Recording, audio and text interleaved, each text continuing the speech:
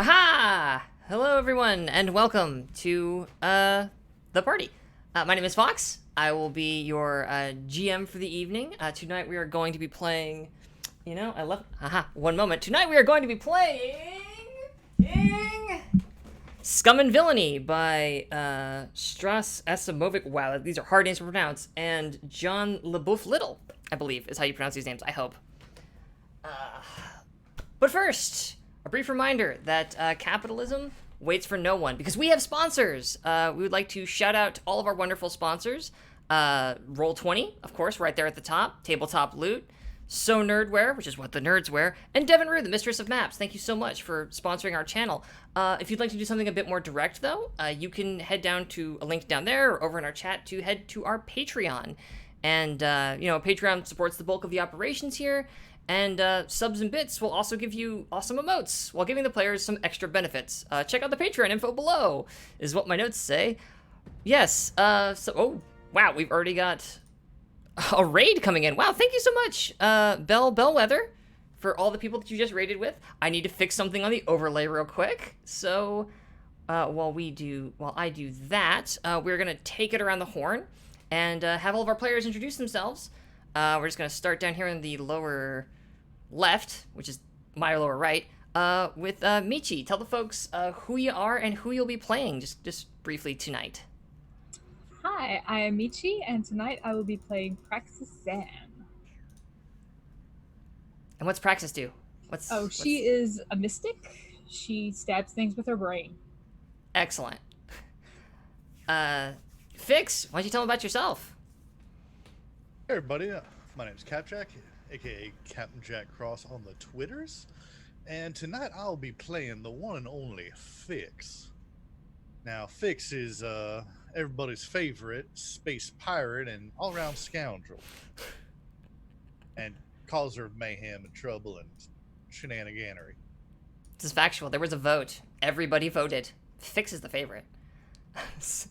Moving right along to Somrus. Tell us about yourself.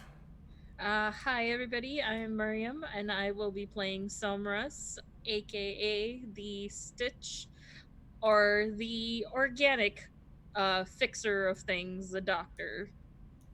And Somrus is rough around the edges, let's just say, has their unique way of solving medical issues. Yeah, no, because everyone here is just upstanding and totally above board, and everything they do is totally awesome. Hey, Thorn, like you, for example. Who are you? Hi, I'm Michelle. I'm playing Thorn, the pilot of the Cryptophage. That's our ship. Yes, as you can't go to space without a spaceship. Or you can, but I really would not recommend it in the slightest. So, when last we left our heroes, we're having a session 0. So, there's not really anything to recap, which is why we will just get into it. Hi, I'm very nervous. So we open on a big orange dust ball floating in space. It is mountains, and it is rocks and crags, and an orange sky with a big angry sun. This is just a place of heat and dust. And people in the Zoom chat being smartasses. I see that. Let's just cover that up, because you've lost privileges on the Zoom chat. As we push in onto this planet, onto this miserable fucking ball of heat and dust, we see a massive caldera, which is like when a volcano goes up and then it blows its top and then collapses into think of like a big dog bowl, but it's like miles across. So it's kind of like a box canyon with like these sheer rock walls around the edges of it. And inside this caldera, inside this awful planet, is a little facility. Think of like a triangular shaped building, kind of like a donut. The center of the donut has like a big glass looking dome. It's probably not glass, it's probably some kind of space transparent material. But it looks like glass for the purposes of our television show that doesn't exist. And as we kind of push further in past that, we get down and we move through the glass, and we see inmates out in a yard doing inmate-y things. They are picking fights while the guards watch, and working out and feeling miserable and what have you. We move past them, and inside to one of the 3 corners of this giant triangle. Cell block A. And that's where we find our heroes. You are currently in the mess hall. It's food time of this massive space prison. And while you're sitting there enjoying what's on offer this particular evening, or I guess afternoon, it's daylight outside. Wait, is it daylight outside? No, this is much more interesting if it's nighttime outside. Let's make it nighttime. So this is dinner time. So you're out having your dinner when all of the lights shut off. This is good though, because this means things are going exactly according to plan. All of your gear that you need for the job you're here to do, you know, is outside of this mess hall, down the halls a ways, through a security grate, and inside of a locked safe. But if you can get to it, you can start working. As soon as the lights go out, it's pandemonium in this prison mess hall. I mean, the guards are stumbling around trying to figure out what the hell's going on. Obviously, they can't see in the dark. Other inmates are taking advantage of the opportunity to go about mayhem. But then there's the 4 of you. The lights went out. You need to get to your stuff. What do you do? If anybody's feeling the lead here, or has any questions, please ask. I think first thing Fix to do as soon as the lights go out is just a quick 3 whistle to signal the rest of the team. I hear the whistle and head towards the nearest exit that leads to where we need to go. Is it Praxis? You're moving with Somrus then? Yeah. How about you, Thorn? Yeah, we're moving together. Yeah. Hold hands, like, you know, we're all... Okay, so this mess hall, it's about what you would expect from like any kind of a cafeteria, only a little bit more prison here. There's lots of people, there's lots of tables. Normally, there's essentially 2 exits out of, well, 3 if you count the kitchen, but there's essentially 2 exits out of here. One that leads back into your cell block, which is what you came through to get in here initially, and one that sort of leads out into a more secure hallway area. And that's what you need to get down into to get to all of your gear in order to get the job started. Normally that's guarded by 2 gentlemen with very large rifles, but right now they're very confused and blinded, and y'all can't see especially well. So how are you navigating your way through this whole mess to get over there?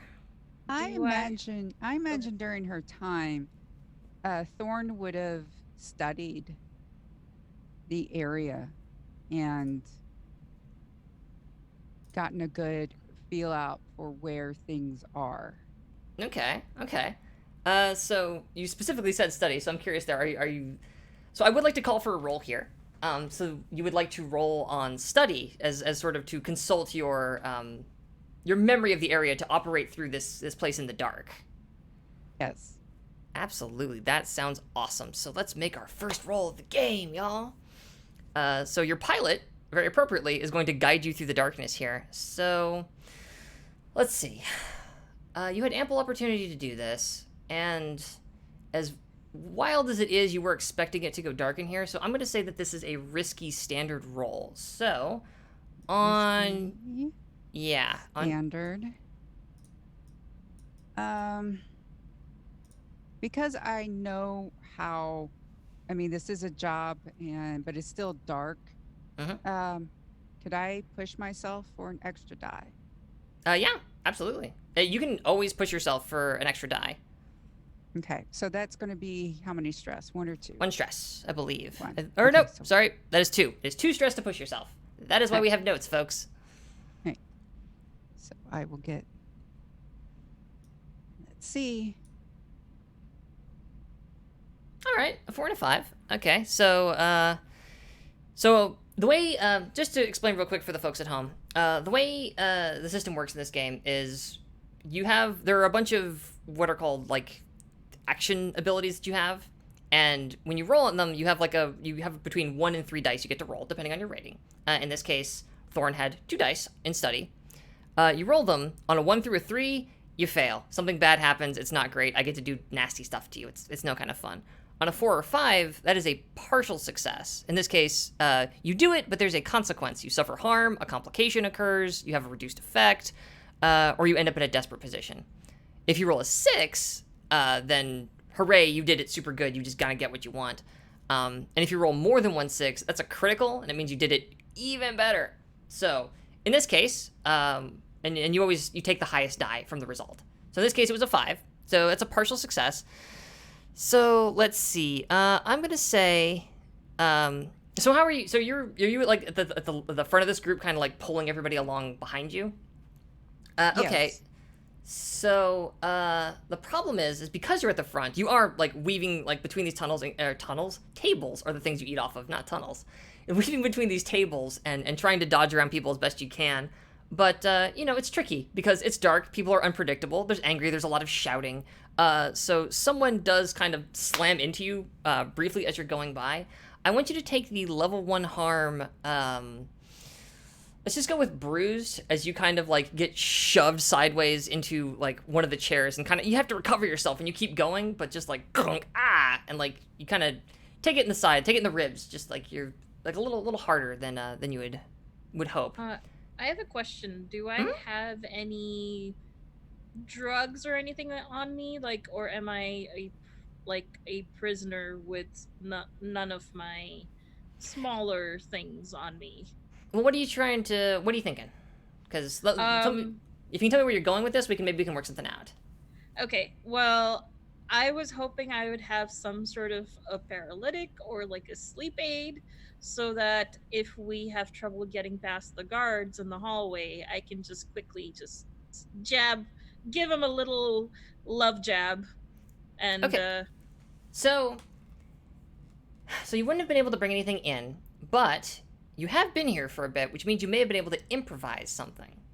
Do you have something you might have perhaps improvised on the way in here? Well, if I'm not able to have like my proper doctor's gears, I was thinking, cigarettes are kind of a thing, and I imagine other illicit drugs might be available to barter and purchase. Okay. So perhaps I could jury rig some sort of syringe of sorts, like using a turkey baster. No, not a turkey baster. That's too. It's a bit big, and it's a bit big. That's a lot for a prison. Maybe coat some sort of like cutlery with something that might do the job. Sorry, a coat? Did I mishear you? Sorry, coat. Like basically make a shiv that's coated with something that. Oh. Okay, sorry. I was like, I was totally sure I'd misheard that.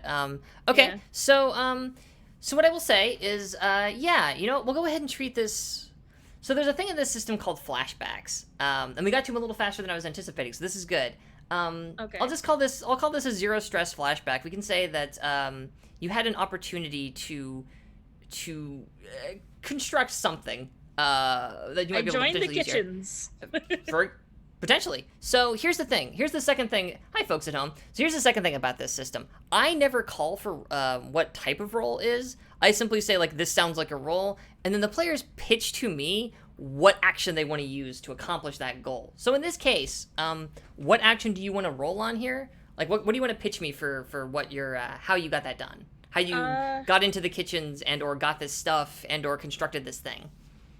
I feel like using my knowledge as a doctor to sort of figure out if I improvising on what's available in the kitchens or what I can barter to get the shiv that I need as more of a take people out of a fight than any sort of lethality.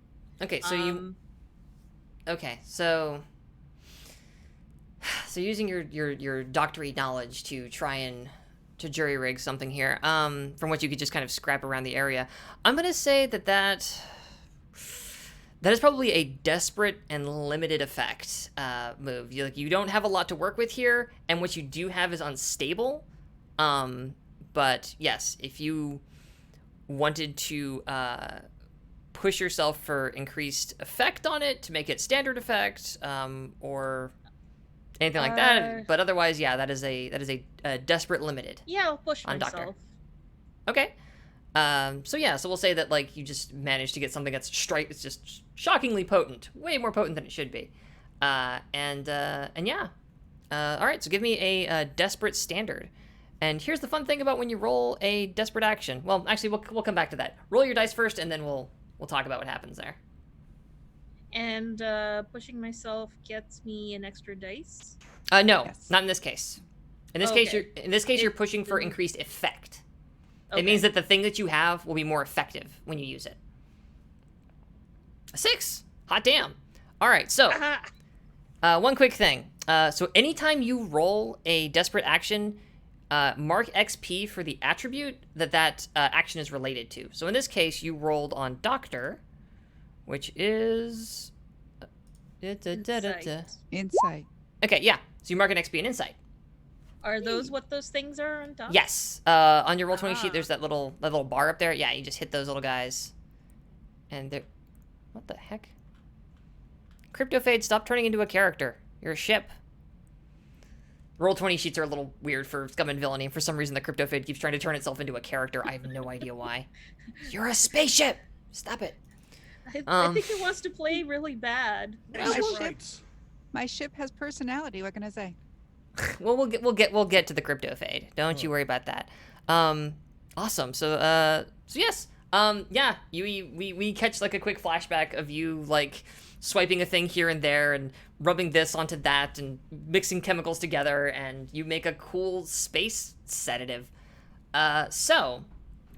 Which is handy because y'all are now like up at where that door is, but there are two very angry guards sort of shouting into her radio, just being like, "This is pandemonium down here. What do we do?" And the other one shouting orders, like wildly pointing their gun around at they don't know who or how or where, but they're standing. There's that one person is standing in front of the doorway because you can kind of tell that they're there. Y'all need to get past this person somehow. And how do you go about doing that?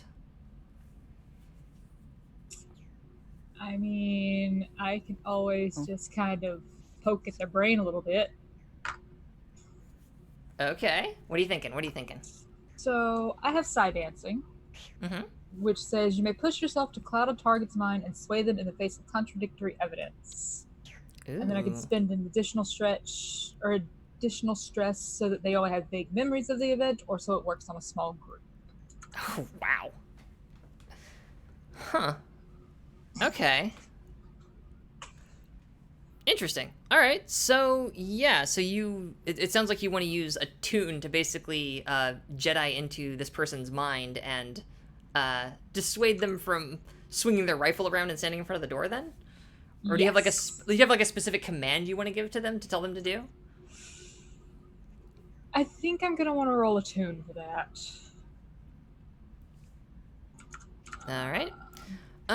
Let's see. Let me think. This is just some fucking low rent prison guard in the dark, confused. This is definitely... Yeah, this feels like a risky standard to me. This is pretty standard stuff for y'all, and they're having a bad day. So, yeah, absolutely.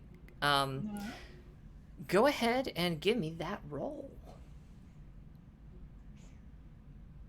2 and a 5. 2 and a 5. Okay.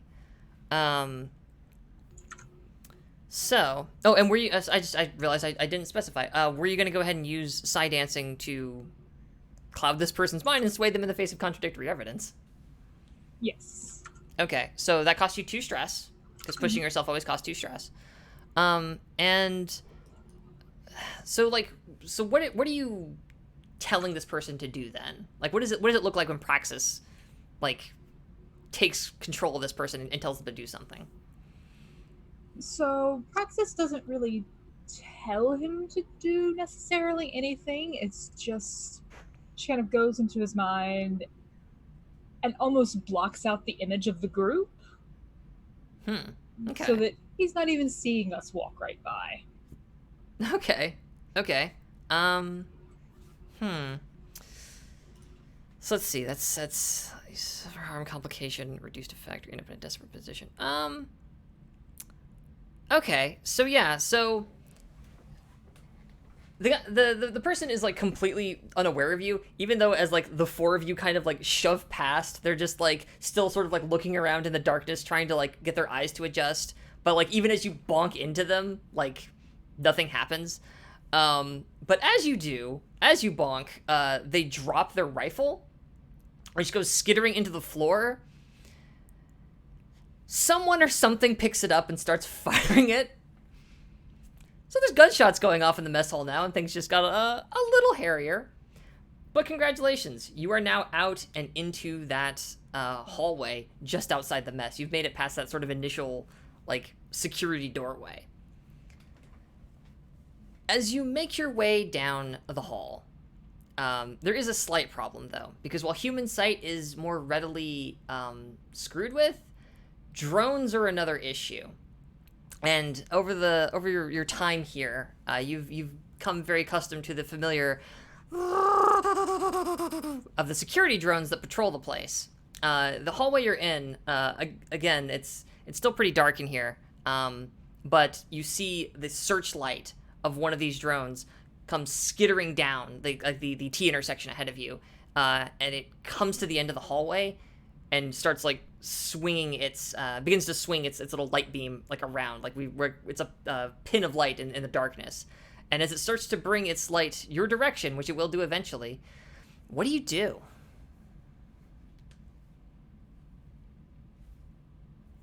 Got anything for us, Fix? We haven't heard from you yet. I think this is a good time for a flashback. What you got for me? So one of the things Fix has been doing is, you know, it's never wise to come in all the way unarmed. And so Fix brought along a little bit of currency to smooth some interactions between folks, specifically guards, and was able to obtain a ID badge. Okay. And, was able to convince a guard to part with an ID badge in exchange for a reasonable amount of currency. Okay, so what are you looking for here? You're looking for like a sway, a consort, Sway. like sway? Okay, so this is somebody that you just sort of basically charmed. You know, it's interesting that you mentioned cred. So here's another fun mechanic, folks. I am willing to offer you a devil's bargain on this. If you spend, I think it's the one remaining cred y'all have left. If you spend that cred on bribing this guard, I will give you an additional die on this roll. Don't have to take it, but it's there on the table if you would like to. Otherwise, I think that this is... Did you meet this person at the prison, or is this before you arrived here that you talked to this person? I'd say it would have been before we arrived here, you know, doing our pre-work. Okay. Maybe at a gambling table, which makes as much sense. Oh, absolutely, yeah. Then I think in that case, this is probably a controlled standard. I don't think there's a lot of risk here, really, involved. That's kind of Fix doing what Fix do. But standard effect, yeah. Sway positions controlled? Yeah. And standard? Yep. Controlled standard, and if you would like to take that devil's bargain, it awaits you. Okay. Understandably, you did not spend the last of your money. Okay. Okay. So yeah, what do you so this thing turns the corner. I should probably describe it. Let's say it's a little hover guy. It's got it's like a like with the Jesus, like my closest point of comparison is that thing from Metal Gear Solid 2, but imagine like a disc, and then inside of it it's got like a little propeller blade, like a helicopter. And it's like this kind of round ring with a propeller blade inside. And then on the front of it, it's got like a little sensor box, essentially, and just kind of like buzzes along. And below that, it's got a little searchlight that's hanging around. And this thing like turns and it sees you, and it rolls down the hallway, spouting in its wonderfully electronic voice. It's like, identify yourself. What do you do? Guard Eli Smith, escorting prisoners from riot. The front little sensory thing. First a gun pops out of the right of it, but then like a little like laser beam pointer kind of goes and like looks at the card and says identity confirmed, and moves past Fix. But then it moves right up into Thorn's face and demands identification. This thing's not very bright. But it doesn't give a shit about Fix anymore. What do you do?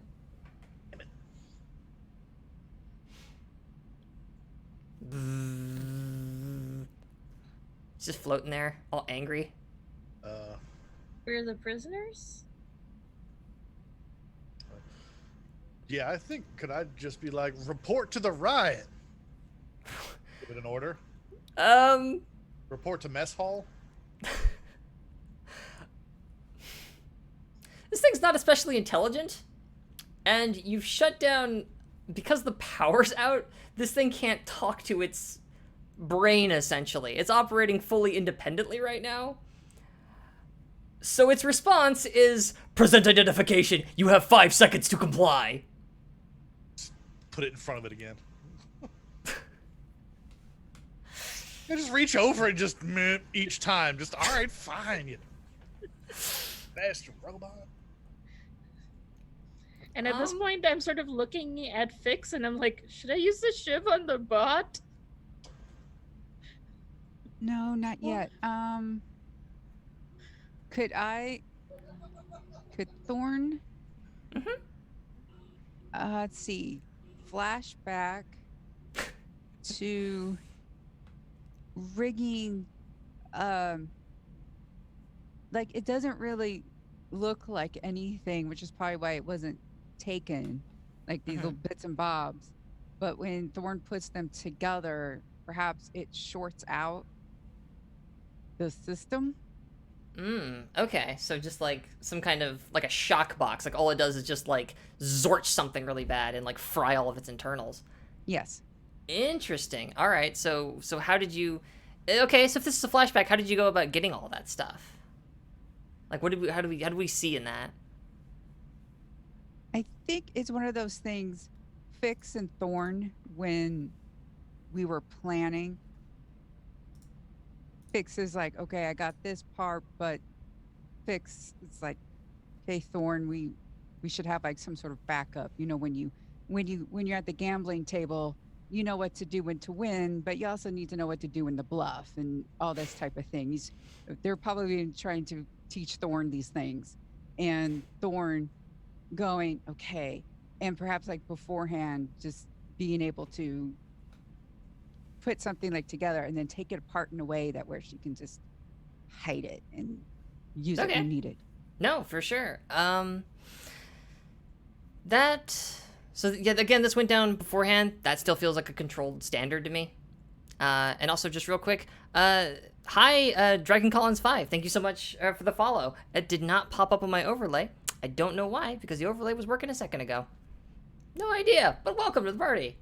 So yeah, give me a, like I said, controlled standard on, you said rig is what you wanted to roll there? Yes. Bring it. Hold on, make sure I'm, so rig, controlled, standard, right? Yes. Apologies, just looking at my notes, getting distracted by all my prep. And I can push myself again, right? You can. At that point, I'm going to introduce a new mechanic, because... So there is another thing, there's a currency, there's a group currency when you're on a job called gambits. Because y'all are amazing, you start with a whopping 3 of these things, and you can spend 1 gambit on any roll to just get an extra die. So if you would like to get an extra die here, I would probably recommend dipping into that pool first, because stress is bad, and you don't want to push too much of it too hard. What's up, Somers? I noticed that I don't know if it applies here, but because I rolled a 6, that's the only reason I'm bringing it up, is add a gambit to your crew when you roll a 6 or critical on a risky action and you didn't spend a gambit on bonus die. Would that apply here? No, because, wait. That was a desperate action. Yeah, you're talking about... So yeah, my 6 was on a desperate, but is it like risky or better, or only when it's risky? Or risky or whatever? When you roll from a risky position and get a 6, add a gambit. That's it. Okay. That's the full roll. Okay. Got it. Yeah. So is the crew okay if I spend a gambit? That is what they're there for. Do it. Oh, here we I'll go. get us some more. Yeah. And again, 3 is so many gambits. So many gambits. Whew.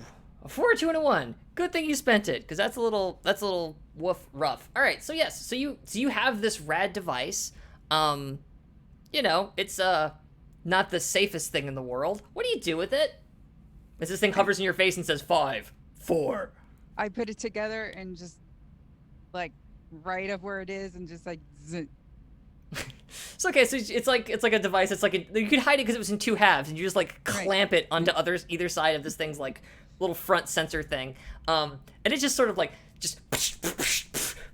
and the blade kind of spins. It slams against one wall, slams against the other. The gun kind of goes off and up the side of the wall, hitting no one. But let's see, what could I do? Because I need a complication.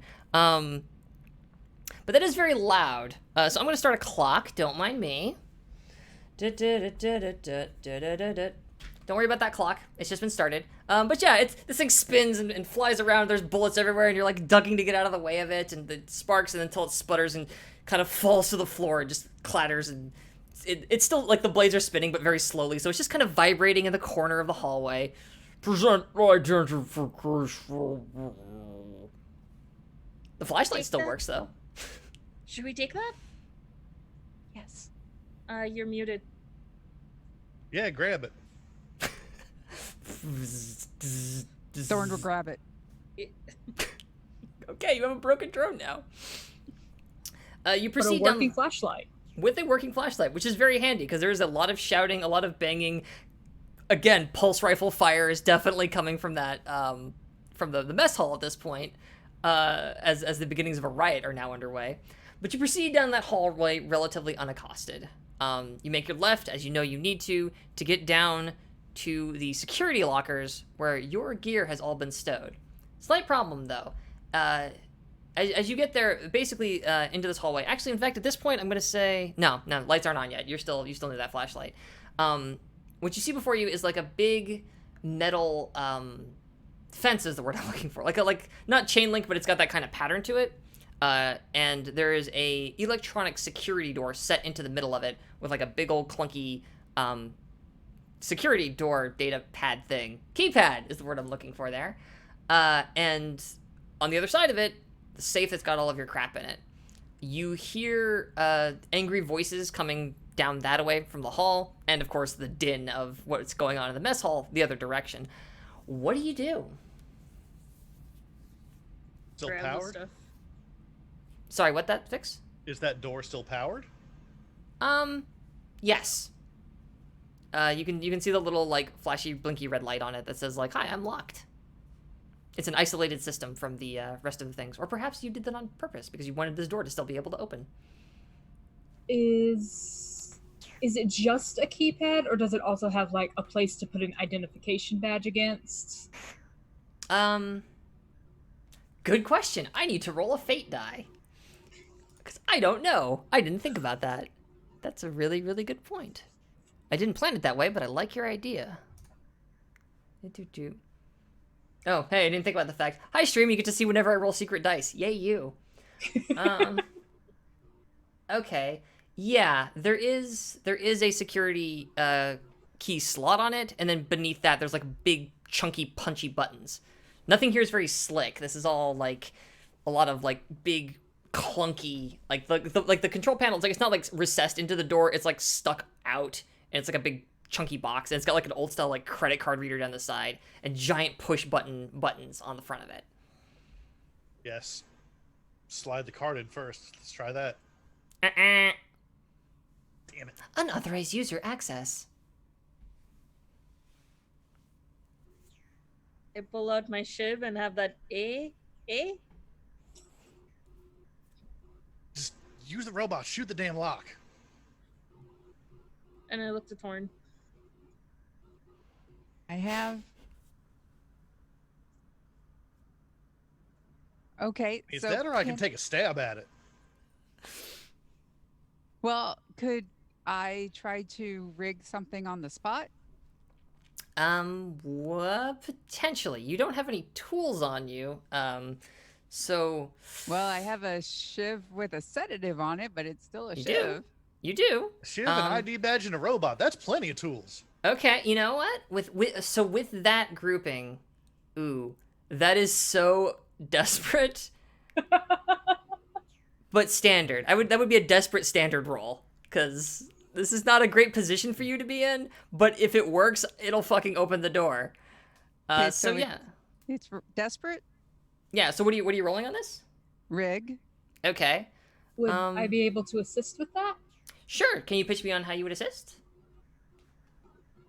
Probably acting like as an extra set of eyes and hands. So that like Thorn is leading the way, but it's like, what does this wire over here do? Here, hold this. Yeah, no, a total like yeah, like you could be like you wrench off the flashlight and you hold it up while Thorn is like using both of her hands to try and get things working. Then yes, so if you want to assist, Praxis, you gain 1 stress. Okay. Take 1 stress, yes. And then Thorn, you take an additional die on this roll. Which I believe you said is that rig is what you're doing? Mm-hmm. Okay. And this is desperate. Yes. This is desperate standard. This is so desperate. Okay, and then I get 1 die. This is some like bubblegum and spit and shoestring. Oh, yes. However, Oh, Yeah, that means I And get there's a. Oh wait, no, never mind. Risky, not desperate. I got to get that in my head too. but because it's desperate, you do get to mark an experience on whichever attribute rig is attached to. I don't have that Insight. open. Insight. So yeah, mark an XP and insight. Just describe to me how your fingers like dance across all of this electronic nonsense. Once Praxis is like, here, there'll be help, and perhaps it's because they both have an attunability, or because they've been, talking about the way, but Praxis knows how to hold the flashlight and help guide Thorn and calm her down in a way to where, okay, yeah, and Praxis is like, you can do this, breathe, and boom, boom, boom, boom, boom, boom, boom, boom, boom, boom, and then we do it, and then it opens. It's almost like like Praxis, you're just like, oh, I know exactly. She's moving the flashlight like where you need it before you know you need to go there. Just like picking up on that stuff, and then and so you like a bundle of wires comes out of this thing and it goes into there. You swipe the card through one more time, and the little red blinky light goes boom, over to the green side, and the door you hear the lock like disengage, but it doesn't move because there's no power. But it's easy enough for someone to grab, and Fix just chunks it over to the side. And they're inside of this it's like a storeroom basically. There's just a lot of like general supplies in here. Stuff that you don't want prisoners getting their hands on, like cleaning supplies, buckets, fluids, all kinds of nasty stuff like that. But then there's a little locked footlocker essentially in the back of the room, and it's got a simple plain old everyday padlock on it. And because it's a simple padlock on a plain green footlocker, all of your shit is inside of that thing. What do you do? Could I just smash the lock off with, like, a robot? With the remains of your good drone friend? Yeah. Yep. Totally. Just take one of those propeller blades and just ka-chunk. Yeah. I that sounds. Honestly, I don't even know if that's a roll. I think you would probably just what's your scrap? Do you have? Yeah. Okay. You like rip the propeller blade out of that thing and like wedge it in there and just because you'd planned for it to be a cheap crappy lock. You flip open the latch, open the lid, and as you do, boom, red emergency lights illuminate this room, the whole corridor behind you. And then we cut to space. In space, we see the crypto fade. Now, here's the thing about the crypto fade. I don't actually know quite what it looks like. That's something that's kind of on y'all a little bit. Has anybody had any thoughts there with regards to what the heck your spaceship looks like? Is it long and sleek? Is it short and stocky? Does it come to like a cool point? Is it what's it called? It's the word when something is uneven. Asymmetrical? It's definitely asymmetrical. I had to see it being a little like squat and wide a little bit, coming down, not to a point, but to Mhm.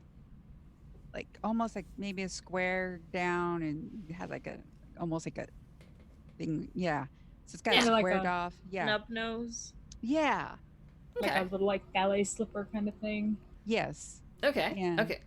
and Crypto Fade is definitely everyone thinks it's a piece of shit because we want it to look like a piece of shit. Oh, okay. It Fucked has up some paint, bunch of like asteroid dings on the plating. Some of the plating looks like it's been bolted on. You know, like real, like big chunky bolts. Scorch marks everywhere, carbon scoring around the engine. The well-used ballet slipper. Okay, so what paint there is, what color is this thing? If it has a color, if there is any paint left on it. going to feel I be don't feel about green. yeah. You know, I was actually thinking green, weirdly enough. Like a good grayish olive drab. green? Yeah, olive drab. Yeah, good. Okay, okay. So yeah, this kind of clunky, kind of sad looking, little awkward, spaceship is kind of cruising through the black. Quick question. Normally I would say, and then we see them blazoned along the side in like chipped letters, crypto fade. But y'all have a lot of things that mess with identification for your ship, so I have to imagine you probably don't have the name of the ship written on the exterior of it. Okay, fair enough. And yeah, and we get a little title card beneath the ship, and it just says several days earlier. And we hear like the low of like an engine as you kind of rumble through space. And we cut to the interior. So the inside of the Crypto Fade is, I imagine, not a whole hell of a lot nicer than her exterior. But she does have one thing going for her. She has a really fantastic galley. It is like totally decked out. There's an excellent little cooking area with like a stove and an oven. You guys have got a decently stocked I want to say larder, but that's probably not the right word. We're on a boat. Thing full of Pantry. food. Sure, pantry. Thing full of food, and with a nice big table that comfortably sits all of y'all plus your roommate, and then against one wall there is a like a massive screen set into it with a bunch of little like controls and buttony blippy stuff around it. You're not expecting a call today, but you definitely get one. So I'm gonna go in reverse order around here from where we started to find out where everybody is when it's just a day on the ship, and we're gonna find out who these people are. So Thorn, what do you look like, and what are you doing right now? Well, Thorn has you tell her hair's been growing out maybe for like a year or so. But it's kind of like rainbow. It's rainbow color in patches. It's like, do I look good with blue hair? I don't know. Do I look good with purple hair? What about orange? And well, and then underneath, it's got like this bright printed shirt, but it's she's the pilot and she also helps with the engine, so she's kind of got like the coverall thing going on, and she's in what we call the sauna, is what we affectionately have called our engine room, and of course she's like, oh, Fix, really, you could have. How many times do I need to tell Fix to pick up things? And is working on the engine in the sauna room. So I have to ask a question a little bit to get to know more about our ship here. So why is it so hot in there? Is it that just like, is this intentional where you guys have just like, we'll shut off some safety systems, it'll make the ship run faster? Or is it like the engine's just too big for the ship? Is it just that all engines this big are this like awful? Like, why is it so hot in there all the time? Well, we like to do a little camouflage. And sometimes when you can create heat, but in a controlled way, people Okay. think you can overload thermal, or if you can vent it really well, you can get cold. No, So yeah, for sure. we intentionally have it that way. The engine is fine, and but Thorn and the group have it set to where we could really control our thermal Okay, so this is the way you stay invisible in space is you mask your heat signature, and so you're just containing more of the heat than usual, which makes your ship just that much sneaky. Makes the ship more sneaky. That's how words work. So you're hanging out, and so are you enjoying the heat right now, or are you actually fixing the engine right now? Is it something you're working on?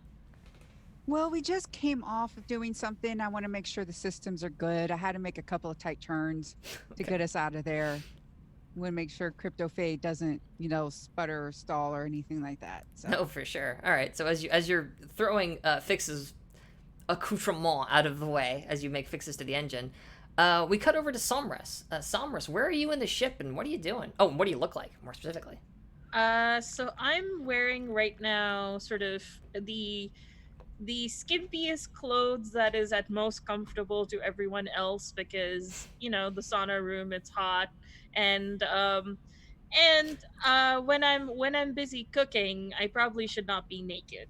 And I'm in the galley. However, this is not cooking for meal times. This is cooking because I don't actually have a med lab yet. I am doing all my medical cooking. Okay. You're cooking drugs in the kitchen. I love it. have to ask: are these medicinal or recreational? Both. Right, silly question. Only difference is circumstance. No, that's true. Fix. That is an extremely fair point. And I make sure to not confuse the two sets of pots, like the two sets of cookware, because it would be very bad if. Yeah, no, you've just got like the one pot says cookies, one pot says sugar, one pot says crystal meth. Yeah, no problem. As we move past them. Well, also some of them, before they get processed and handled, are actually fairly poisonous or do other things. So you definitely do not want like a pot laced with arsenic or similar things. So you have a substantial and very good refrigerator here in the kitchen. I have to ask, do you keep things in there as well? I label them, yes. So at some point, as we see you like bopping around this kitchen, like you open the refrigerator door, we get that like reverse angle of someone opening the door, and it's just like there's blood packs and like just jars full of God only knows what, and then just like a bunch of herbs and like a little like Tupperware container, and then sitting next to it there's like leftover lasagna and like a bunch of carrots. And it's very clearly labeled, and there's like little skull faces and everything to be like, do not eat, except in case of emergency. Yep. Oh God, that's fantastic. Okay, so we cut from there over to hey Fix. Same questions. Where are you? What do you look like? What are you doing? So Fix is just kind of looking at Thorn, being like, "I'm right here. Like I'll pick it up when I'm done in here." God, Thorn. I have to check the engine. You can see it. So currently Thorn is butt-ass naked in the engine room because it's a sauna, So the clothes that are being kicked along the floor, it's just some nice pants, shirt, and a really well-made and well-tailored coat that has a big space on the back of it that's just darker than the rest of the fabric where you can tell that a patch used to be. Outside of that, I mean, got shaved head, their beards trim, or their beards braided, and they got sunglasses on, and outside of that, they're just wearing a smile. And Thorne's seen it all before. It's just, I asked you please to hang the thing here. You understand Somrus's labeling. What's wrong with my labeling? Ain't nothing wrong with it. It's just in the way. I don't know. Look, if I have to pull it off a rack versus the floor, from the floor to my body's quicker than off a line to my body. I imagine that like this room, like in my head, it's just a lot of like, it's not as well lit in here. I'm imagining like red lights for some reason. Like it's kind of like, it's just sort of what's ambient and coming through. and there's just like a lot of like ductwork and pipes, and because it looks like this ship has a boiler room more than it has like an engine, and like you open up panels and stuff, and then there's a whole bunch of like LEDs and stuff. But if you imagine as a touch point like the engine room of Serenity or something with its big spinny what's it in the middle of it, like this is a very cramped space. But so you mentioned that it's a sauna. Now, to make a sauna, you do, strictly speaking, need some kind of like fluid that's evaporating into the air. Is that just engine coolant? Not necessarily. You can also do infrared. An infrared sauna just heats like your body. Huh. It's a dry Okay. sauna. They're pretty cool. I am going to have to Google that later. If we were not on the clock, I would look that up right now because that sounds rad as hell. Never mind then. Then that's why it has all the weird lights in there, because it's like it's just beaming all of this heat back in, and it's just It's probably sweaty. not radiation, and if it is, This is probably safe. It's fine. You just need to take one of the yellow vials in the fridge before you go into the sauna. Oh god. Just- take your rad shot. Oh my god. So while these knuckleheads are cooking up meth and hanging out in the engine radiation room, hey Praxis, what you doing? Praxis. Oh god, is probably in the galley as well, Okay. waiting on some samples just to make sure that the meds are good. She's probably What just is- sitting on the table quietly. She's wearing just like the usual very long, nondescript but still obviously fine quality robes, and she's got her mask kind of on top of her head. It's fine. Mask, you have a mask. Tell us about the mask.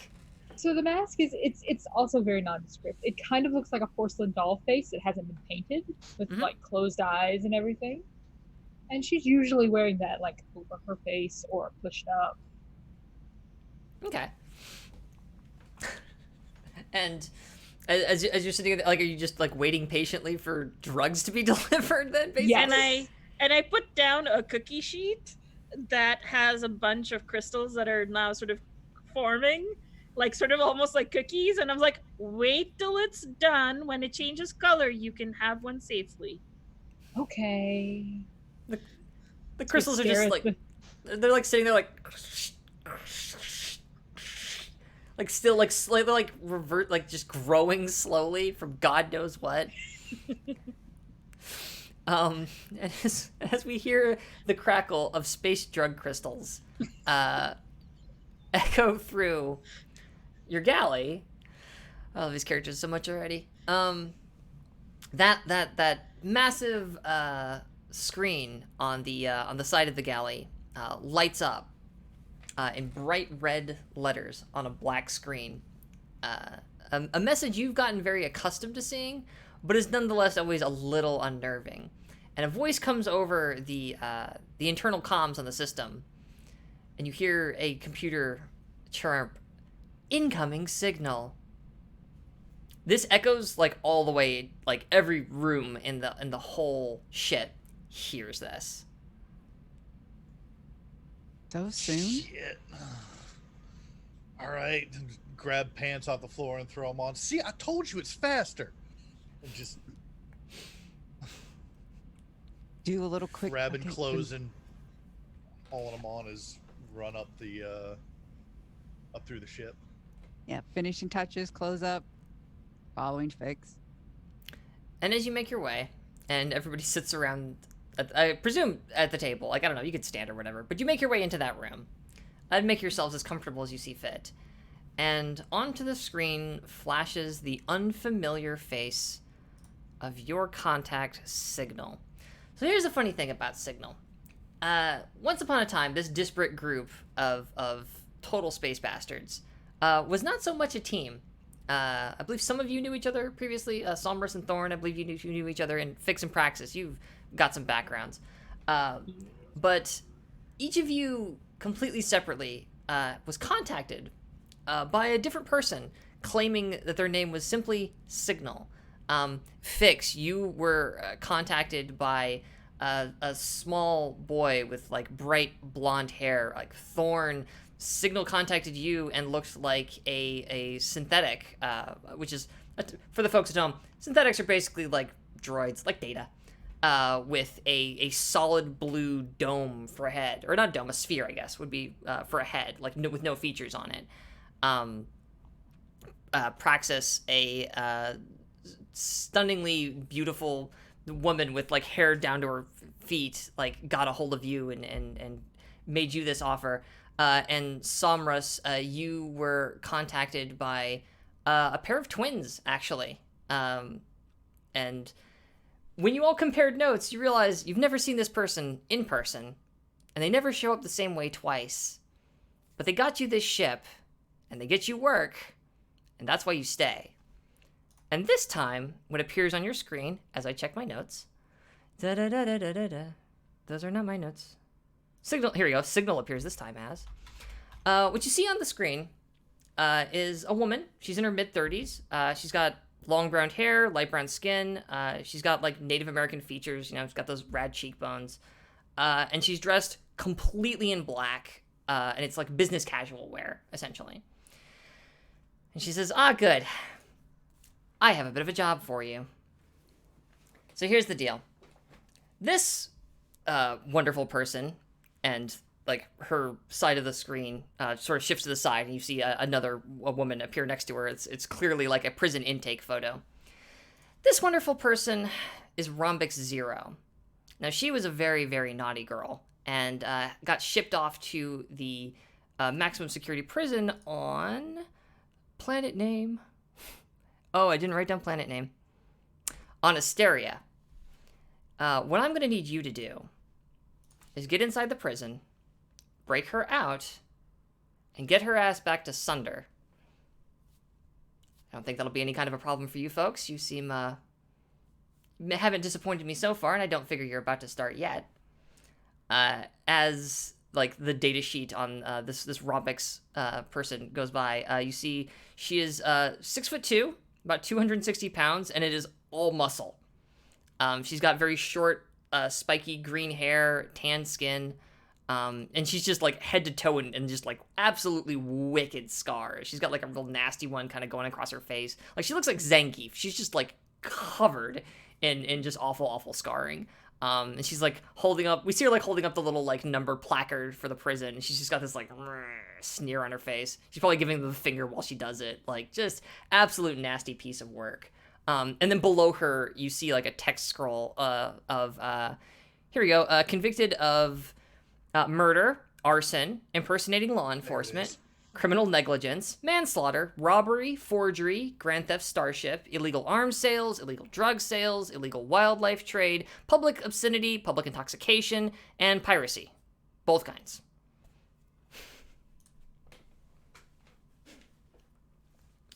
That's my phone. Dave phone. There. I don't know how to turn it off right now, so it's just gonna go away. I just need to make noise not near my microphone. But yeah,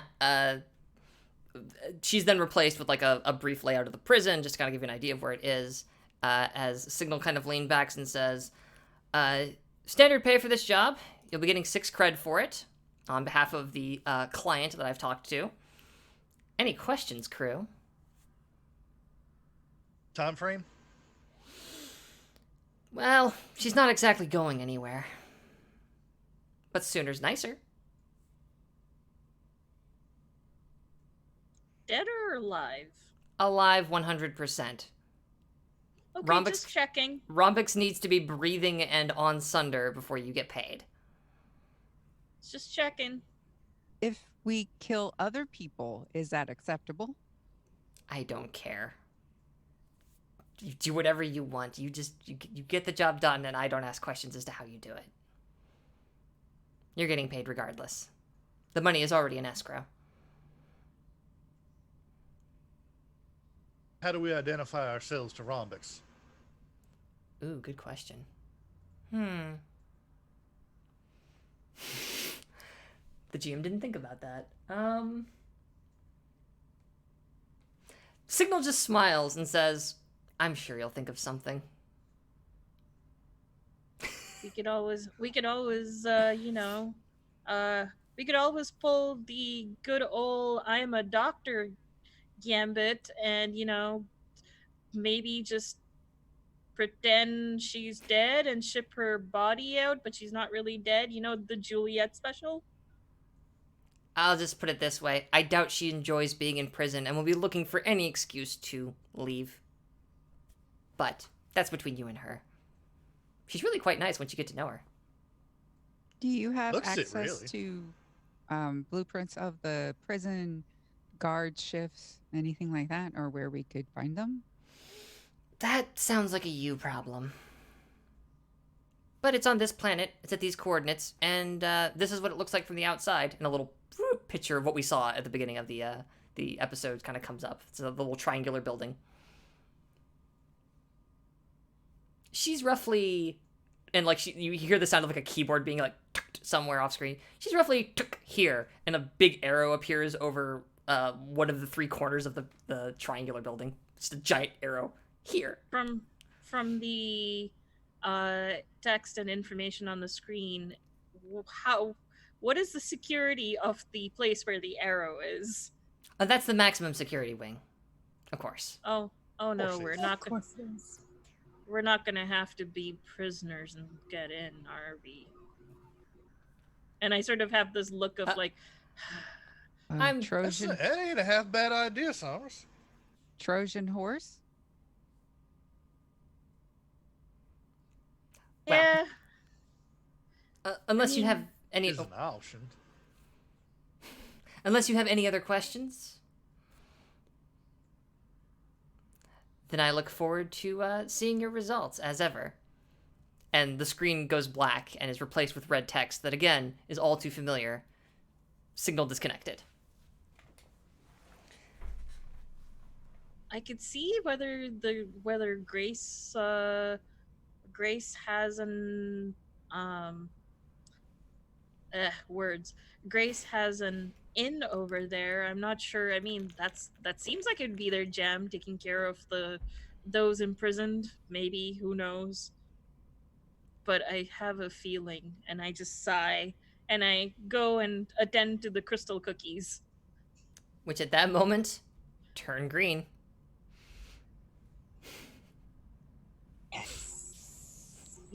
Take one. And as you like reach for it, our camera cuts back to that reverse angle of where we originally had like seen. It's that Tarantino shot, like when we left the prison. It was you like opening from the case and the camera's down in there, and we see like all of you like in your prison garb as the lights come on. Now we see that shot again, but all of you are decked out in all of your gear, and shut the lid on the case. So, mechanically speaking, now it's time to pick load. Normally you do this at the start of a job, but I wanted to kind of mix things up a little bit here. So, on your sheets, as I look around, here we go. On your sheets, up at the top, just under your playbook name, you'll notice there's a little section called load, and it'll be like 3 light, 5 normal, 6 heavy. Your load is just an abstraction of how much gear you brought with you. You don't actually pick what gear you wanted to like have along. That's something that you pick in the moment when it's like somebody's shooting at you. What do you do? And it's like, well, I'm going to spend one of my load to have my gun with me, and I'm going to shoot him back. It's that kind of a thing. So you can either have a light load, a normal load, or a heavy load. So how much stuff did everyone bring? It is I an am a- exfiltration. Yeah, this is a breaky outie. Probably heavy. They would have had to believe we're really criminals and belong in the max security. I mean, were we in max security though? No, you were in Gen Pop. Oh, When we were actually, in Gen Pop? I should give you one other piece of information, right? I totally flaked on this. You are here under, you're not, so the records they have for you are not real identities. They don't think you're actually who you are. To maintain We some wouldn't amount have of, survived. basically. And honestly, the longer you stay, it's only a matter of time before they figure out who the hell you really are. So, it would be bad if you hung around too awfully much. But yes, right now you're here under assumed identities. Probably the identities of other convicts. I don't know. Maybe they could be dreamed up. Either way, whatever your good plan was. But yeah, it sounds like Fix, you were going heavy. Samras, you were starting to say something? Yeah, I probably went with a normal load because I imagine there might be speeds of the essence. Okay. How about you, Praxis? Gonna go normal, yeah. Okay. And Thorn. Normal. All right. So everybody's just kind of got their stuff. So as I recall, yeah, okay. So anything that's on your items list, and that includes down, you've got, everybody will have like a list of class-specific items up at the top of their items list, and then below that there's a big generic list of items. You can pull from any of those at any time when you want a piece of gear. Anything that's in italics does not count against your load. Those are 0 load items. So, yeah. The scout- Hey, all my of- drugs. Of which the scoundrel has so many. Oh my god. Sorry, it's the playbook I happen to have open. I'm noticing how much shit is in italics. Good god. So. You're here. This was your plan the whole time. The lights come back on, or not the lights, but like those emergency lights come on. So you know there's some limited power now throughout the building. It's a big old triangle. You are kind of down here in cell block A, or sort of, you're sort of between in like a side area on A. There's cell block B over here, and then way up here at the tippy top is cell block C. That's the max security area, and that is where they are keeping Rhombix 0. Your ship is somewhere here. How or what you did with it, I will certainly leave to your discretion as we get our escape going. But the ship is here on the planet. The Crypto Fate is parked on the planet and within reach of the prison, but otherwise, yeah, you've got your stuff, you've got your gear, you've got your mission. Angry voices are down the hallway. What do you do? Question. I see down under load is planning and load, and there's a method. Would it be possible for us to be dressed as riot guards? Totally. I'm looking around to see if disguises are a specific item, or if there's the wonderful spy gear, which is just kind of delightfully open-ended. I guess that's more like gadgetry than it is that kind of stuff. But yeah. So so yes. So now we can get into more meaty flashbacks. You went specifically like uniforms for this prison then? Yeah. So That'd be my thought. Okay. Except I feel like I should be dressed as like a prison doctor because then I can get away with certain things. You could have, yeah, you could definitely have different kinds of like. Excuse me, I should not drink water super fast. Please enjoy my burping, audience. You could be dressed as just about any kind of prison personnel at that point. Okay, so, all right. So how did you get a hold of these uniforms? Like how did that go down? Because that also feels like a flashback to me. And that one's actually going to cause some stress. Remember that gambling evening I was mentioning earlier where we got that ID? Sometimes people get desperate and bet their very clothing. So wait a minute. Just so I understand this correctly, somebody who works at the prison was in uniform while outside of work and gambled what they were wearing? If I'm understanding correctly? They make good life choices. Oh my lord. Might have been right after work, so they just were like, oh, we're just gonna go to the gambling den. Fuck it. That is definitely a complex action or unlikely opportunity. So whoever this is doing this flashback, that's gonna. Wait a minute. Aren't we just in a storeroom? Wouldn't we just plant our stuff where they store stuff? Oh, I mean. Well, yeah, like you did plant your stuff where they store stuff. That's where all your Right. gear was in this locker here, and So like there wouldn't there be other. Their laundry. Yeah. Not inside this No. like Oh. not in a You room would that's deal storing with like body mops and armor buckets. and- No, if you No, got to but if you got to an armory or something, sure, but this is just like a glorified broom closet.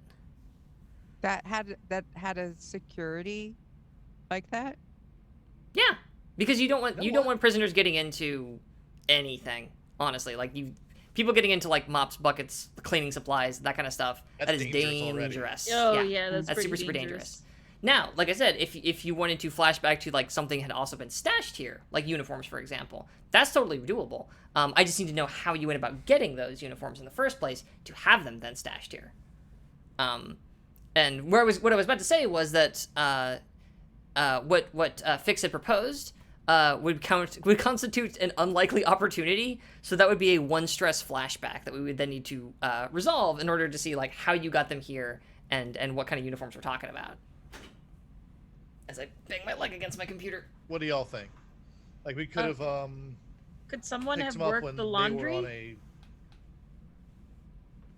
See, they wouldn't do. I don't think that they would do guard laundry there, though. I'm Because, inclined to agree. Literally Oh this yeah, problem. that's true. Yeah. It's probably So prisoner maybe- laundry. Fix. So with Fix, we would have learned other guards and their habits. So Fix Potentially. might have gotten, their ID. Maybe things happen away from the gambling table. I do not know all Yeah. of Fix's methods.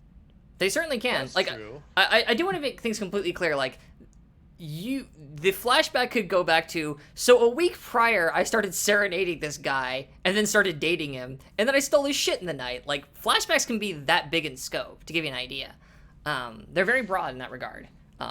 So mechanically speaking, and also for the audience's sake, so this is one of the cool things about Scum and Villainy, is that you don't have a big planning phase up front. You just kind of jump to the action and backfill your plan to whatever you needed it to be.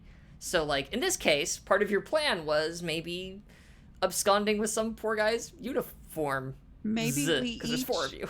Maybe we each had somebody. Thorn knew Yeah. someone there has to be a mechanical engineering part of the prison and Yeah, maintenance. maintenance. Yes, she would have ended up befriending one of them, and Somers maybe one of the doctors. Drugged a doctor Yeah. outside. Yeah, just my simple excuse for everything is just either cauterizing or drugging. Okay. And so like, and then what, like Praxis and Fix are trying to disguise themselves as guards? Praxis would probably try to disguise herself as a chaplain. Huh. I just want to throw this out here. Oh, that's a brilliant idea, and I love what you got going on. Ready for this? We're on the way to do an execution. Oh, Jesus. There was a scheduled execution. And our target is it's their execution that we're gonna be replacing all the personnel. Just gonna make a note that capital punishment exists. Okay, I just learned that about this prison. Why not? Maybe that was why we kind of had to do it now. Okay. So, Or we talked to our Perhaps- hacker friend and got them to put the order in for now. oh wow. Yeah. Okay. Maybe Oh, geez. Robix did something, or we manufactured it in a way to where Robix has to be in the situation. Let's say Rombix did something. Yeah, Rombix, again, yeah. murder, arson, impersonating law enforcement, criminal negligence, wasn't manslaughter, hard. robbery, Yeah, it wasn't etc., difficult. etc. Public Um, disturbances. She's got a rap sheet a fucking million years long. So we So have the guard escort. We have the chaplain for final rites. We have the doctor to actually pronounce death, and we have the technician to perform the execution. fantastic. Except I really need some rolls for this because there's no way that you just get that. So I'm trying to think. I've never had this complex of a flashback before. So I'm trying to think, like, what's a good way to kind of frame this? So you had a prison contact of some in some capacity, and they're who you basically rooked to get all of this stuff. Good gravy. So I will. Could we have used our hacker friend In what in this capacity? situation? To do what? Finding the schedules, finding out who had the weaknesses, who were most vulnerable, who had the gambling problem, which mechanic would have been more gullible. so on and so forth. Pick Because your I know we marks. do. Yeah, we Yeah. do have a friend. So yeah, and that would definitely help you in whatever action you're going to be taking. But your hacker can't get you clothing. So yeah, they would definitely are helpful as a resource, but And then perhaps our bartender friend. how? You lost me on that one. Spiked the drinks extra strong for the marks. Phew. Okay, so this went down at a bar. Sure. Okay, so Yeah. okay. Focus in.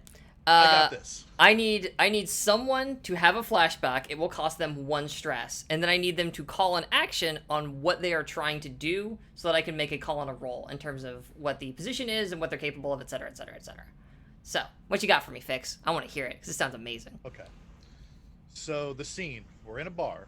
Mhm. We have, Down the bar. through use of our hacker contact, we figured out that one of the guards, a little bit of an alcoholic and definitely has a gambling problem. So we got our mark in a game of, let's see, what kind of game? Call it poker. Why not? Yeah. You can play cards, you do them over there.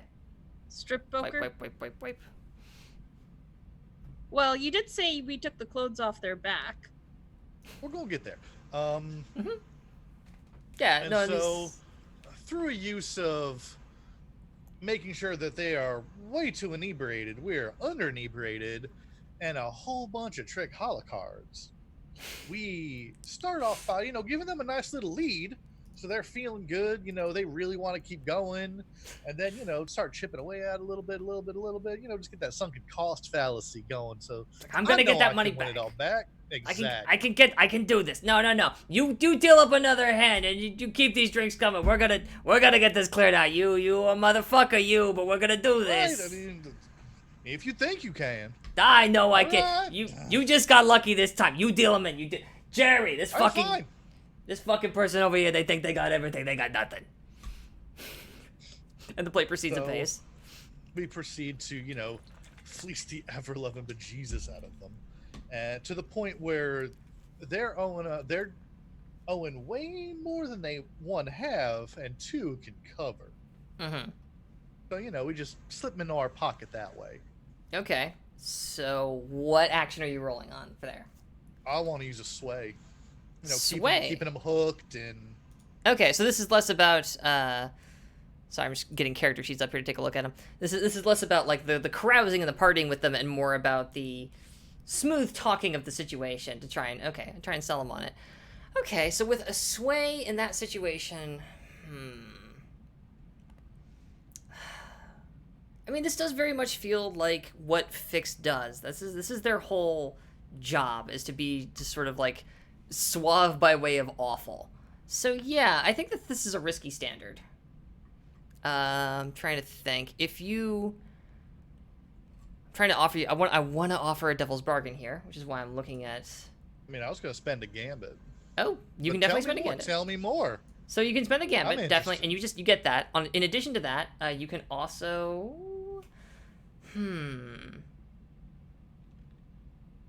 So, you got this information through what's your hacker friend's name? What the heck is their name? Satani. So, the problem is yes, Satani hooks you up with these guys. She didn't really have to do a lot of hacking to get that information. Satani just knows these pricks. Went to school with them even. Real pieces of shit, but prison guards. What are you gonna do? If you were to introduce yourself as a contact through Satani, so that word got back to Satani that this went down, and essentially not burning Satani, but it's not a good look. I will give you an extra die on this, but it will not be great for your friend. I think I like Satani too much. Don't burn a good resource. Unless they have at least 4 influence in the entire system. No, Satani is not that well connected. She's a good I hacker, know. but she knows some dickhead guards, but other than that, okay. So, then yeah. You spend 1 gambit. you now have 1 gambit remaining for the job.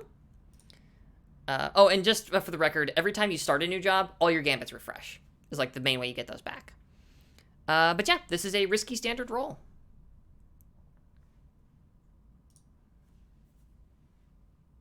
So that is a critical. And I refresh that gambit because I'm a scoundrel. Because you're a scoundrel. So that gambit comes right back. So you're back at 2 gambits, which is awesome. So yeah, because you roll a 6 and a 6, that is a critical. That means your effect is greater, I believe is what comes after standard. You don't just win the pants off these guys.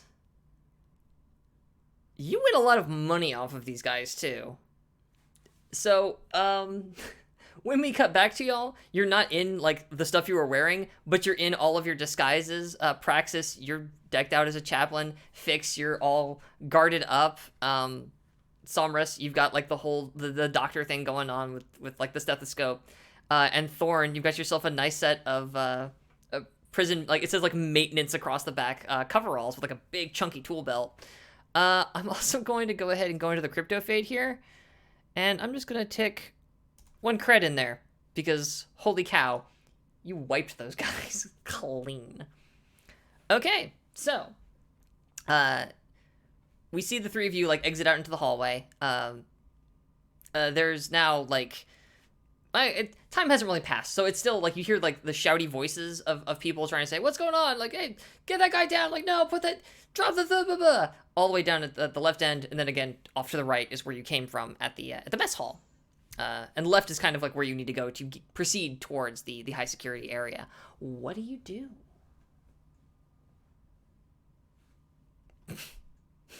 I guess we head to the max security. So I can have in my load maps and charts. So could I have in like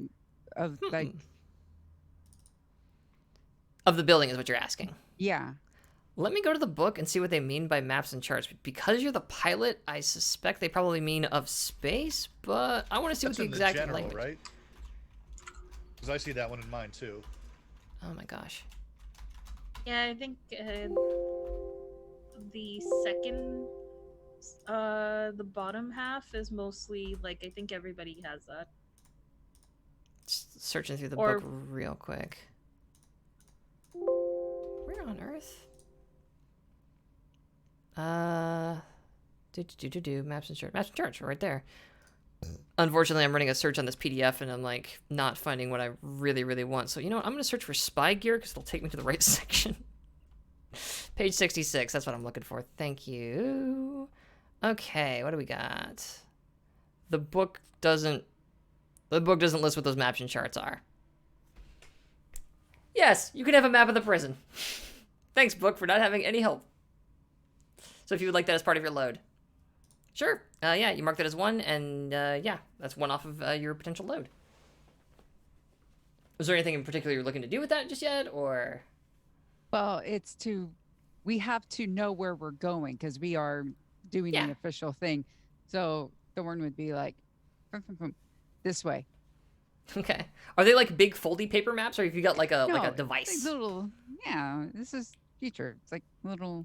Yeah, but it's like a shitty future though. It's like Star Wars or like Alien. But you still got like your crappy looking iPad thing where you can go boop boop boop. Oh yeah, it's yeah. It'll be like a bit chunkier. It's like a little bit thicker. It's not like a nice little thin data pad thing, but it's like you have like a little like grabbable flexi screen thing. Okay, yeah, and it's heads off. I pull out some candies and treats and offer everybody yellow-colored ones. Fuck it. Yep. It's either candy or drugs.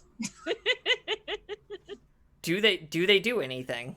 I feel like they're sort of like general like mundane resistances sort of a thing. Like what does that mean? I was thinking sort of like low rad, or like, you know, similar to the sauna room where we're like, just remember to pop, you know, those yellow vials before you go into the sauna room. So they're like, you know, radiation. Giving us steroids? Kinda, yeah. Yeah. I'm in. Drug's a drug. Huh. I need to start a clock. Excuse me a moment. Don't mind me. Yep. Talk amongst yourselves. Yeah, and I unwrap it, There we pop go. one in my mouth, and it's like, yeah, just remember in the if you need to get stuff off of my body, don't eat the red ones. And who all takes these drugs? Or the green ones. Praxis, Somrus, Fix. Thorn wisely keeps her hand down. Okay. But yeah, so unless there's anything else you want to do in this hallway, I presume you proceed down it. Yeah. Mm-hmm. Fantastic. So you get to the end of it, and it's, you know what? Actually, okay, no. Here's what we'll do. So you proceed down this hallway, and sure enough, there are guards running everywhere. You're starting to hear a bit more of like pulse rifle fire and fists being thrown, tables being tossed over. As you enter into a massive, the massive cell block C. There's as you get to the end of the hallway, there's like a little security station there. It's not fully manned at the moment because everybody's very busy, but normally there would be like there's like a little archway that's like, we would see it as a metal detector. It probably measures all kinds of god-awful crap because this is a wonderful future world of cybernetics and robotic people. With a little like booth next to it that's kind of set into the wall with like a gun rack, and normally there'd be two guys sitting at the chairs there with a bunch of like computer banks and like one of those old-timey like microphones that are kind of bent up because the people who run our show, they don't have a very big budget. Like, we're a Sci-Fi Channel original, what can you do? And just sort of through and past this checkpoint, there's another gate rather, kind of like what you saw before. But it's not open as in like it's been fully opened. It's just sort of ajar because the power is currently failing. And then past that, yeah, there are just these two. I mean, imagine a prison scene from just about any movie. It's the lines of cells on two floors with the big open area in the center with like metal staircases like leading up to them. And it is absolutely pandemonium in there right now. Which is why we're going to go to break, because it's just about time to do that anyway. So we're going to go ahead and do that here while we think about our next step, because you know, at the far side of this this whole mess is your quarry. So we'll be right back in just a second, folks. As always, we'd like to make a shout out to our big sponsor, Roll20, who we love and is great and provided us with these amazing, like, look at, I just want to say, like, these, this roller here for this game in particular is just super cool and amazing, and I really love it. So go use Roll20. We love it. It's fantastic. But yeah, we will be right back after these messages. Today, if you get a second during break, you should check out one of our amazing sponsors. We're now proudly sponsored by Roll20, the best virtual tabletop for all your role-playing needs. Over 4 million people use Roll20's virtual tabletop to power their favorite games. And with more modules than you can shake a stick at on their new revamped storefront, you'll definitely find something for your group to enjoy. Sign up today by clicking the link below or heading to roll20.net/start/WTTP. Tabletop Loot is an amazing place to get your dice bags, dice boxes, and more. And now you can get 15% off your purchase at tabletoploot.com by using the code WTTPDICE at checkout. Tabletop Loot. Your party starts here. While you're at it, check out our so awesome merch store, So Nerdware. So Nerdware is the place to find all your Welcome to the Party merch and other amazing stuff too. Head on over to sonerdware.com and use the code WELCOME at checkout to get 10% off your next purchase. So Nerdware. It's what the nerds wear. Devin Rue, the amazing mistress of maps, has kindly supported the channel since the beginning and provides graphics for many of our streams. Head on over to rueinc.com to check out some of the best fantasy cartography on the web. Our Patreon supports the creators and producers of the channel by providing Roll20 subscriptions, cost coverage for video hosting, and more. If you want to support the channel while getting podcasts a week early, gaming articles that are published on Patreon first, a shout out during our break, and more, head on over to patreon.com/welcomepartyrpg and throw us a buck or $5. And last, but certainly not least, help out the party. Subs and bits not only support the stream, But also, every 500 bits or a Tier 1 sub gives a player or DM of your choice a reroll or system equivalent. And every 1000 bits or Tier 2 sub gives a player or DM of your choice a crit or system equivalent. Thanks again for hanging out with us today. The game will be back in just a few minutes. Let's all go to the lobby. Let's all go to the lobby. Let's all go to the lobby to get ourselves a treat. Delicious things to eat. The popcorn can't be beat. The sparkling drinks are just dandy. The chocolate bars and the candy. So let's all go to the lobby to get ourselves a treat. Let's all go to the lobby to get ourselves a treat.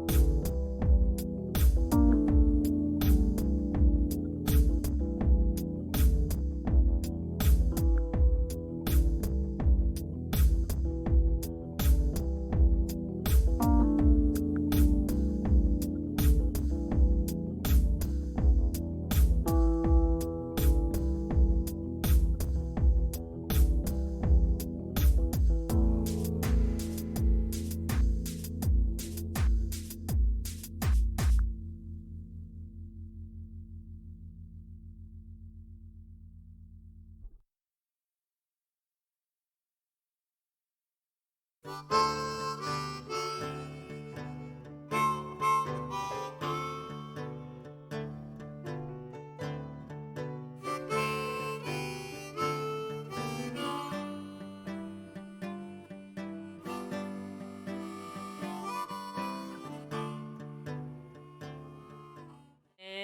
we're back! Hey, it's us! Welcome back, folks. If you're just joining us, our good friends here and here are about to break a wanted criminal who was rightfully sent to prison out of prison because they're good people. So, as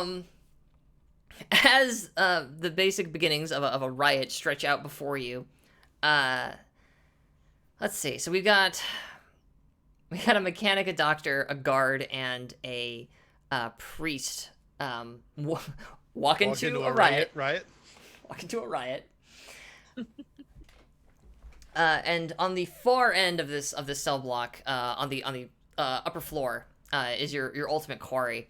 But as you're coming in, one of the guards, who is like decked out completely in riot gear, she's got this big clunky helmet on and has like the Judge Dredd like black visor over her eyes, and she's giant shoulder pads and body armor, and this big like stun rifle like approaches the four of you and holds out her hand directly in front of Praxis and says, "Whoa there, Padre, you can't come in here right now. We need to get you somewhere secure. You need to head back that way and head to the safety shelter and bunk down. This is an unsecured zone. You can't come through here. Please clear the area." But I have a job to do. But job? No, there's no job right now. This is completely unsafe. Please step back for your own safety. There's an execution, and I have to administer last rites. Execution last rites? Are you? She like looks up at like the red like security lights that are on. You can't possibly be serious. We're in the middle of a riot right now. Then there's going to be a lot of last justice rites. don't wait. You'd like a candy? As I pull out a green one? No, doctor, you need to, you three, and you, the maintenance one in the back there, no, you have to go, you get, and like turns and looks at Fix, take them, I don't know why you even brought them here, take them, get them out of here, they can't be in this room. What do you do?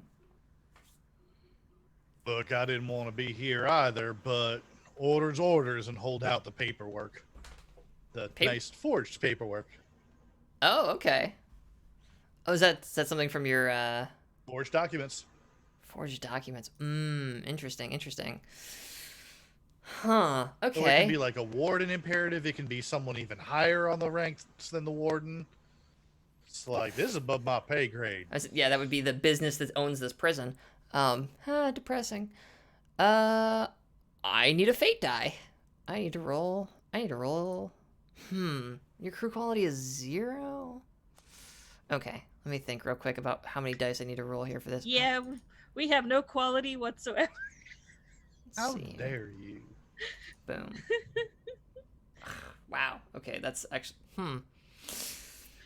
She kind of snatches the papers out of your hands and, like, looks at them. Again, it's still just like, while she's doing this, there's, like a guy rolls through with, like, a table leg, like, it pushes down, like, one of the other officers. He, like, goes to swing, and, like, 3 guys jump on top of him. And she's just, like, looking, like, kind of slings her rifle up and is, like, looking through the paper while this is all going on behind. It's signed, but it's...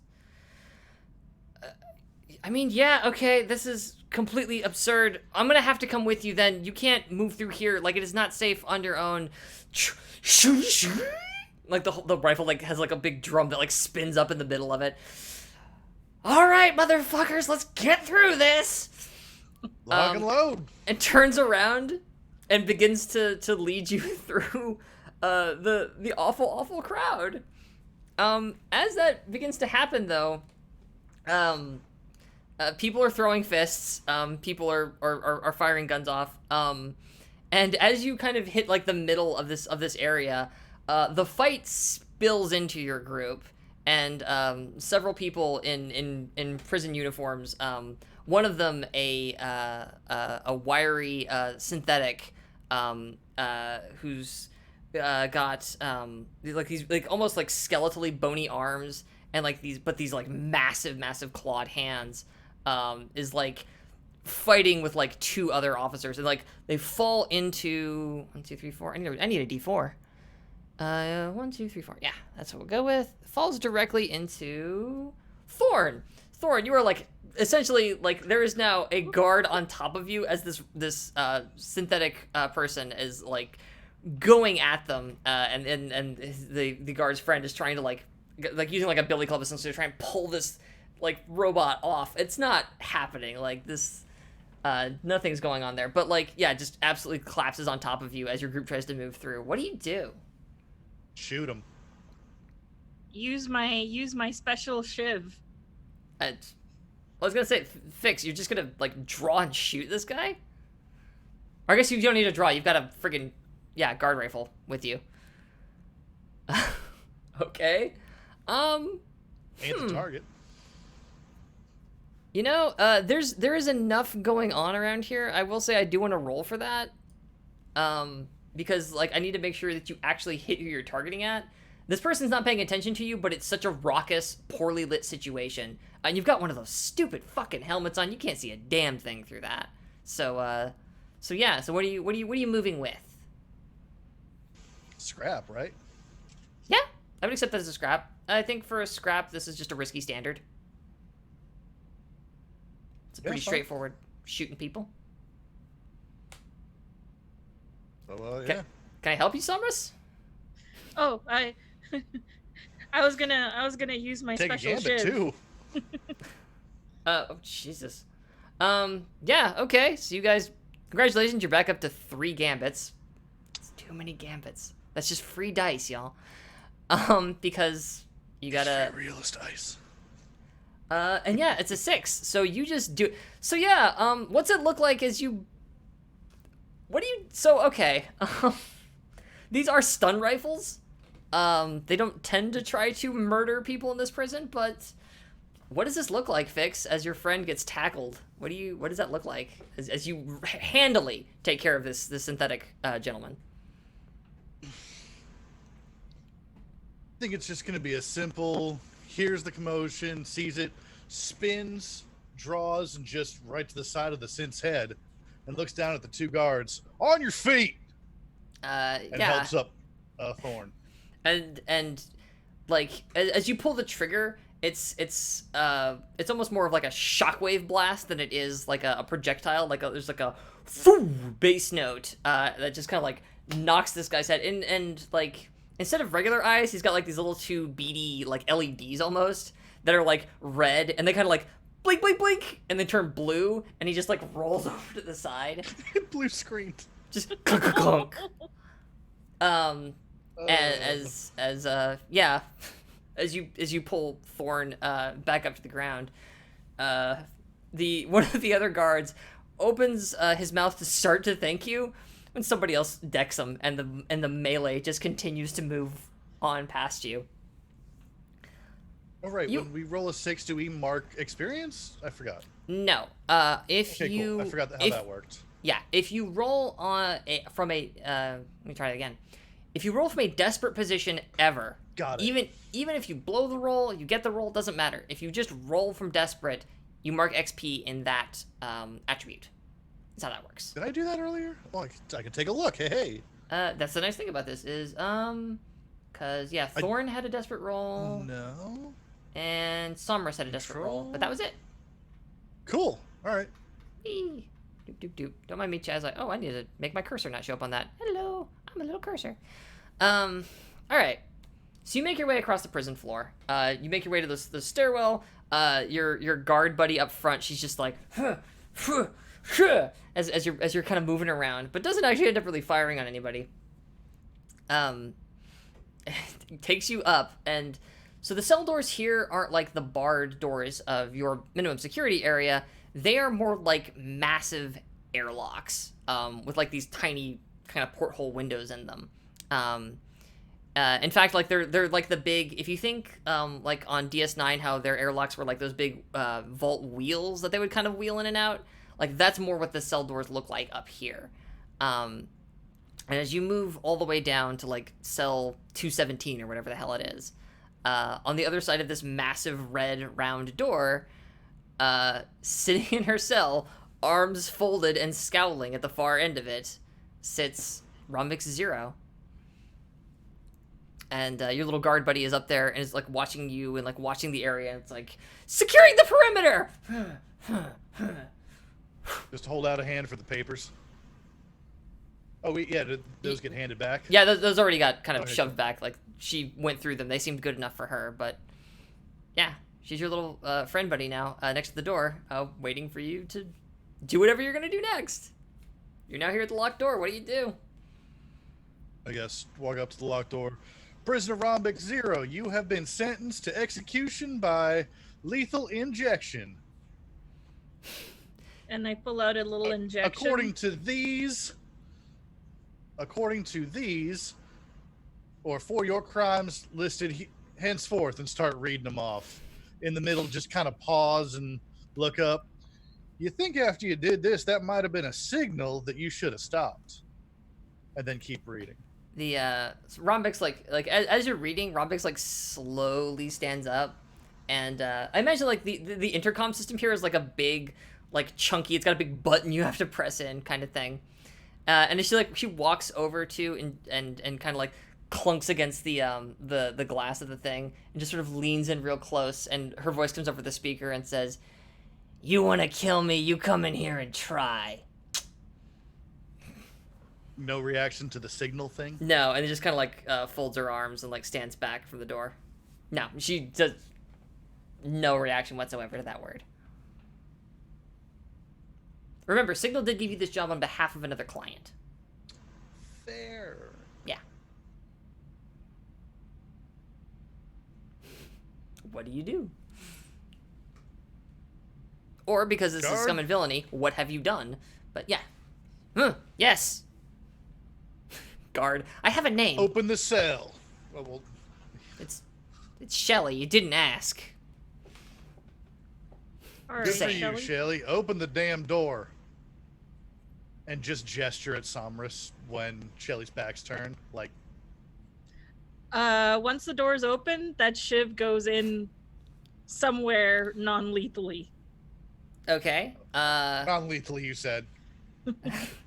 As in sort of like, so that the coded part... No, an important distinction. So yeah, so she turns around and she has like on her hip like a ring of keys, but they're not like big jangly metal keys. They're like a series of like data rods essentially. Like there's these big clunky kludgy things that she kind of like sorts through them and like holsters up her rifle like this and goes and like plunges one into a big round data port next to the door and goes to turn it. And then you do something. So, what are we rolling on here? What's your pitch?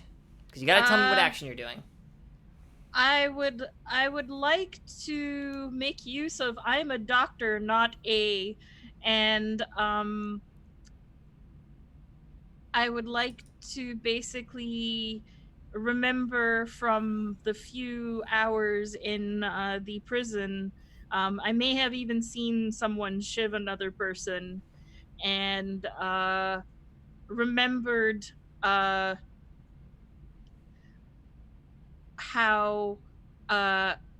it was put in, and sort of like how like examining sort of the shiv, the taper point and whatever, and just try to put it in a place that's closest to like a bloodstream. So like, I guess the butt, like, you know, hip or something. I don't know. Not a lot of blood in the butt, I gotta be honest with you. Okay. Then the neck. So for the audience, this is a move called I'm a doctor, not a ellipsis. You can push yourself to roll your doctor rating while performing a different action. Say which patient, research, or posting taught you this trick.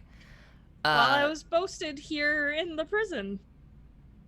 That is very thin, but we're gonna go with it. So, okay, so normally this would be like, you're saying like essentially like, normally I would like scrap here, but in place of my scrap, I'm going to use doctor, essentially. Yeah. Okay, because you have, Actually, I'm just about the same in scrap, so I suppose I could just do scrap. You totally could. That's on you. Yeah. And you wouldn't have to push yourself, which I will remind you, pushing yourself does cost 2 stress. So. Yeah. Okay. But you can totally use a gambit. We have them. I will use a gambit. I will also just so now that we're more into the rhythm of this, I will also say if anybody wants to assist, if anybody wants to do setup action, any of that kind of stuff, like there's a lot of teamwork moves that are also available here. So yes, people are welcome to help in this if they have a way to help with this. But otherwise, yeah, you can spend a gambit, and oh, that's the one other thing. So here's the cool thing about Devil's Bargains. I'm not the only one who gets to offer them. Anybody at the table who has a Devil's Bargain can put one out there for the player. But they always work in the sense of like, this is gonna, for extra heat, you'll get a die, or which we'll talk about heat later. Or it'll put you in a bad position, or it'll cost you a cred, or something bad will happen, but it gets you an extra die. Doing harm, for example, is another Devil's Bargain. I don't really have one at the moment, and you've got so many gambits, I don't even know if it's wise to take one, especially when you're already rolling 2 dice. But I just wanted to kind of put that out there into people's heads that this is a very communal sort of mechanic in that way. So, you were rolling scrap. Let's see. This is kind of a weird situation. And you're using the stuff you made earlier? Yeah. Okay, so this is going to be a... Oh, that's right. No, I should have made a better note. Rolled a 6. Right. You push for greater effect on that. So this is going to be a risky standard. Okay. And with the gambit, what does that? That's an additional die. So you're now at 2 gambits. Okay. Hey, hot 6. So yeah, what does it look like when you... Like, what does your drug do, and how do you get it into this nice woman? First, I was like, okay, where I regularly do my injection, which is like the hip, and then I'm like, no, this is too thick. Ah! And I just stick it in the neck. It's got basically various sort of narcotics in it that even I don't know at this point, but I assume they were meant for smoking. Okay, what does it do? How does it affect her? Paralytic. Paralytic. Okay, so she just like flumps to the floor. Yep.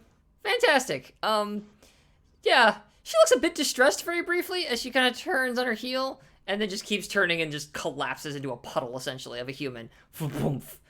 And then above her, the little door goes ka-shonk, and slowly begins to roll itself open.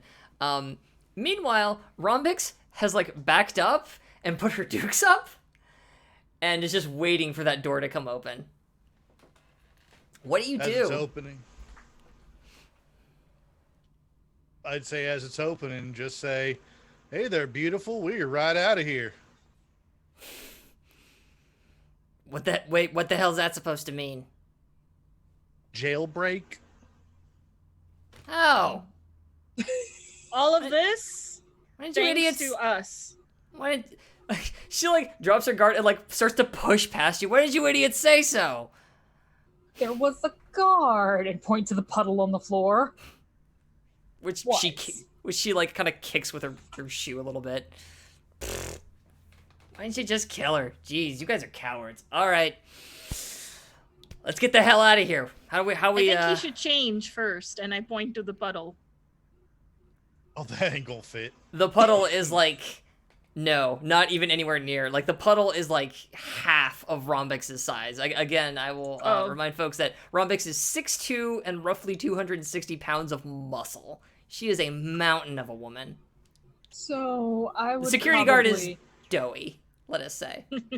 Okay. I would probably like reach into my pack and pull out an outdated religious outfit and hand to her. They're one size fits all, and they mean all. Do you have anything from your gear that? Yes, an outdated religious outfit. Oh, my god. Hang on, Praxis. So I've never had a mystic in one of my games before, so I need to look at your. That you get that for free? Yep.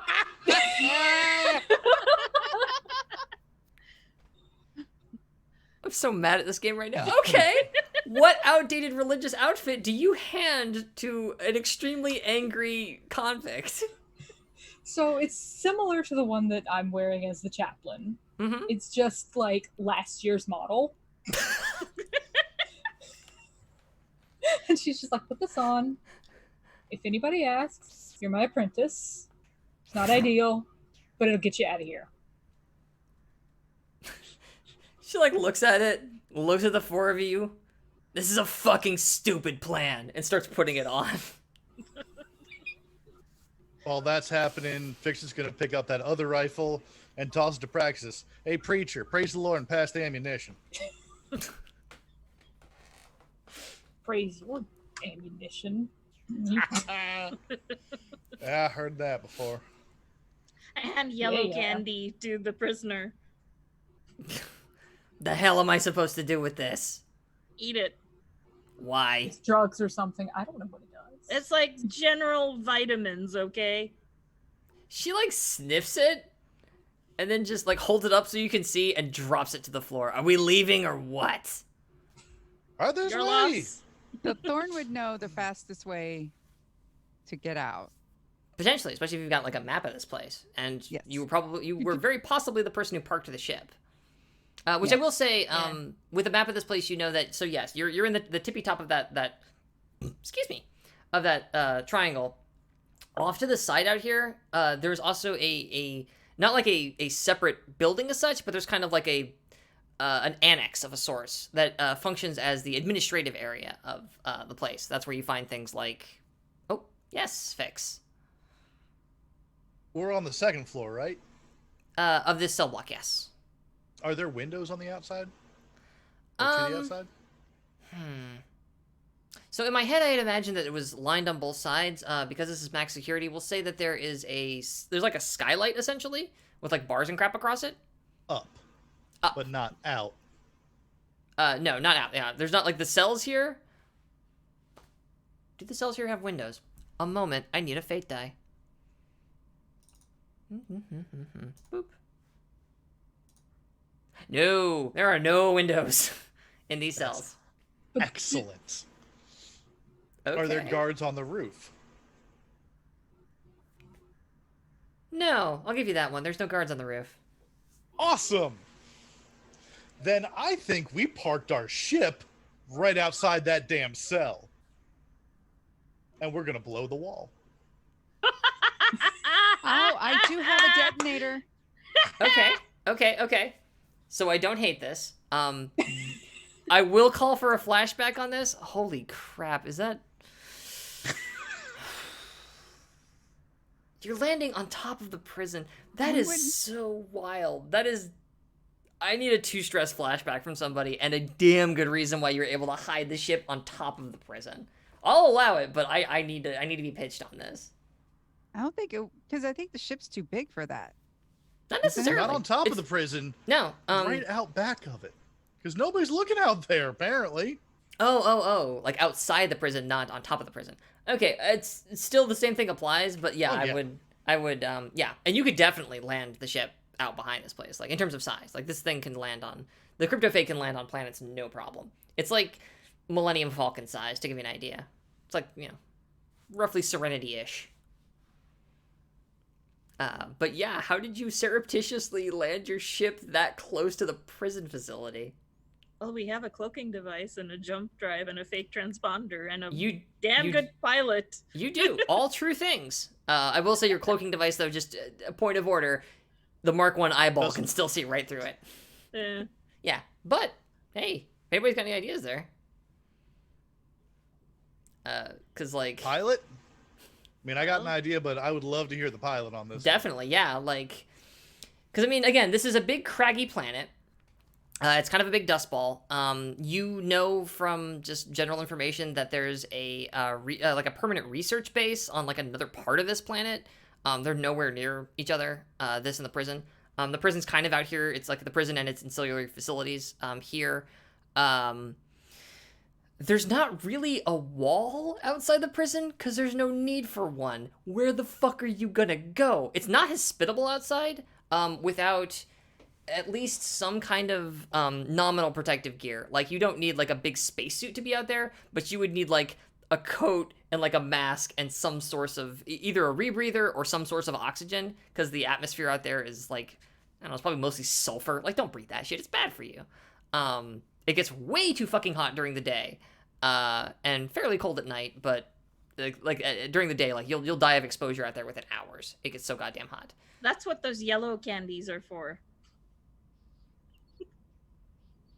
For the heat? For the For the environment sulfur. outside. Oh, okay. Huh. Okay.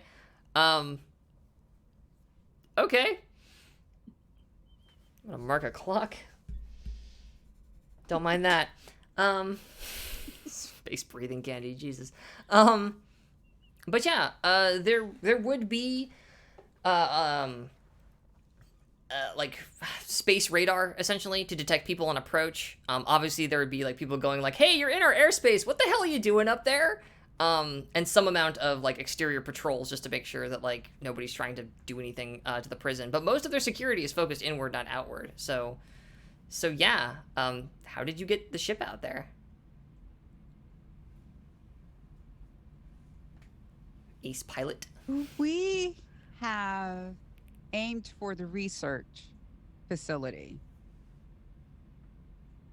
and then gotten down and then able to fly in lower. Okay, so like a canyon on approach to this like caldera, you came in, so you basically spoofed like you were coming in like, yeah, we're gonna hang out with these nice scientists. Yeah, fuck that, we're going over here now. But you stayed down below scanner range. Yes. Okay, so like weaving through like canyons and through low stuff areas. Okay, I mean that sounds like a helm to me, but you get to call your action. So, what you gonna roll? Oh, that would be a helm. Okay.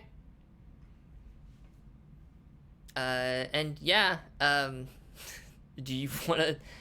Why do you guys have so many gambits? You're welcome to burn one of your gambits. I don't really have a devil's bargain offhand for this. I don't know if anybody wants to help if they can, but like, yeah, you're welcome to.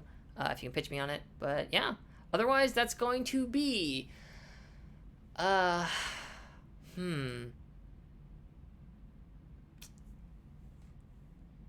gonna say that that's risky limited, because the caldera that the prison is in is very, very big, so there's a lot of opportunities to actually see the ship.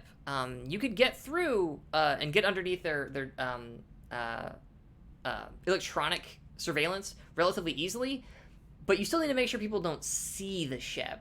And because the caldera is kind of like a flat, open box canyon kind of deal, you could definitely get it out, and you could land nearish, but not directly outside the wall. You would still have to cross ground to get to the ship. But otherwise, yeah, it would be a risky limited roll. Unless you wanted to push for greater effect. But that would cost you 2 more stress. And I don't know. would push. I don't know what stress you're sitting at right now. I only have 2. That's not too bad then. Okay. Then yeah, if you push for greater effect, then yeah, you manage to get the ship up there, whoop, up against the thing, provided, you know, this roll doesn't go all the way to crap. So yeah. So I picked It's- great it's- instead of limited? No, it would be risky standard now. Oh, okay, so standard. Yeah, because you went from a limited effect to standard effect. Okay, so that's 2 stress. I want to spend a gambit. Okay, you now have 1 gambit remaining.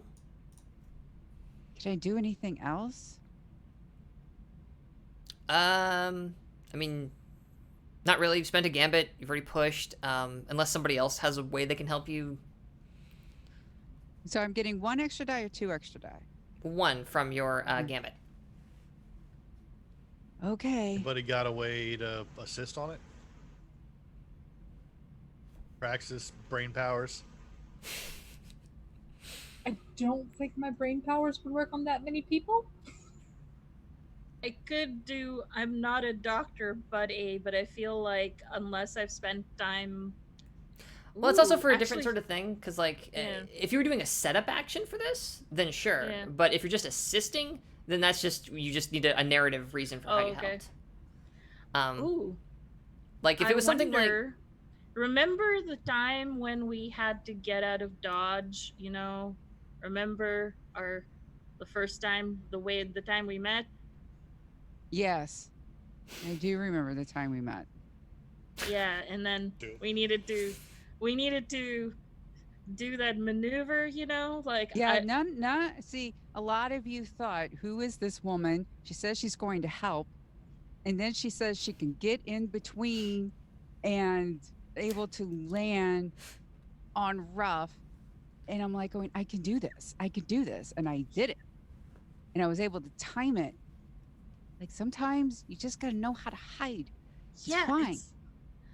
It's like a precision strike, when I'm operating on someone and you gotta, and I'm basically describing the maneuver you're doing, but in like sort of like a surgery sort of a way. But we're literally talking about the exact same thing. Okay, so like, Peyton, is this like while Thorn is flying like wildly down this canyon, or this is like in this room ahead of time being like, no, you just gotta do this. Like, is this a planning thing, or is this like an in the moment thing where Summers is like hanging over the seat while Thorn's flying? I feel like that would be more dramatic. It is. That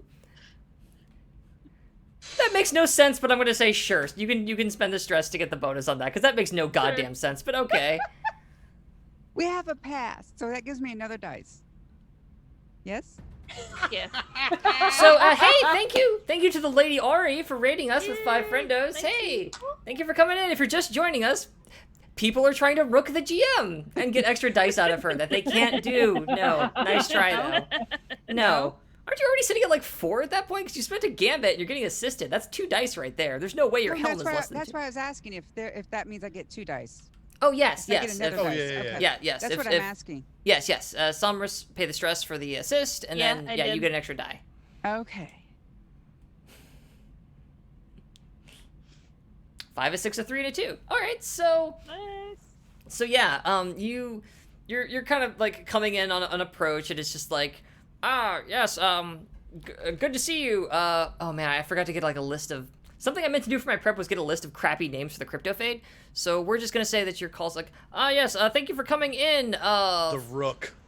Yeah, thank you for coming in, Floppy Rook. We're just gonna have you set in on pad 4 down over there. We can't wait for all those supplies of tasty, oh my God, what is that stuff called? Penicillin that you're bringing to us. Because we're gonna, no, not crystal cookies. The penicillin that you're bringing us. We can't wait to take care of this whole infection situation. And then, I guess, you're like, yeah, whatever. You cut the radio and like spin the ship the other direction, like hugging the thing. Yeah, it's like penicillin. I thought we were delivering Dalewood Oleos, the most delicious margarine flavored a bakery treat this side of Thunder. Whatever. Meanwhile, margarine darts. Meanwhile, the ship is like scraping along the edge of this tunnel, and as it moves like through it, it's like ducking around. We're zipping underneath stalactites and pushing up over them, and we come through, and then like you see like the daylight at the end of the canyon, and you break out of it, and in order for this to work, you have to make sure that there's like no energy signatures coming out whatsoever, and you have to catch it at just the right angle of a blind spot that you found on their like their towers or something. So like you come out and you like reach down to these levers and like pull up on all of them, and like the engines on the back of the ship go poof, and like cut out completely, and the ship just goes crunk into the ground and skids sideways along it like Tokyo drifts. This is like this massive like horrendous noise, but like nobody's there to see it, except maybe like the local rocks who get a really great show as you like slide slowly along this floor. And then we cut back to the interior where like we see Rhombix Zero when she was still in her cell, because this is a flashback, and she's just in there and she's just like picking her nose or whatever, and we just hear goong on the wall outside her, and she's and yeah, the crypto fade is on the other side of that wall. Then what do you do? You had some detonators. I have Thorn? detonators. Thorn has detonators in her load. Ta-da! Okay. What are we doing with the detonators? Stand back.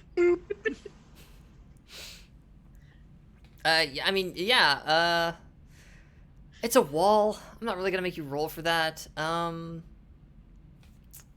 do need to know. No, I don't want to know how good your detonators are. I figure they're probably pretty good. What time are we at? Okay, cool. So you've got like what do these detonators like look like exactly?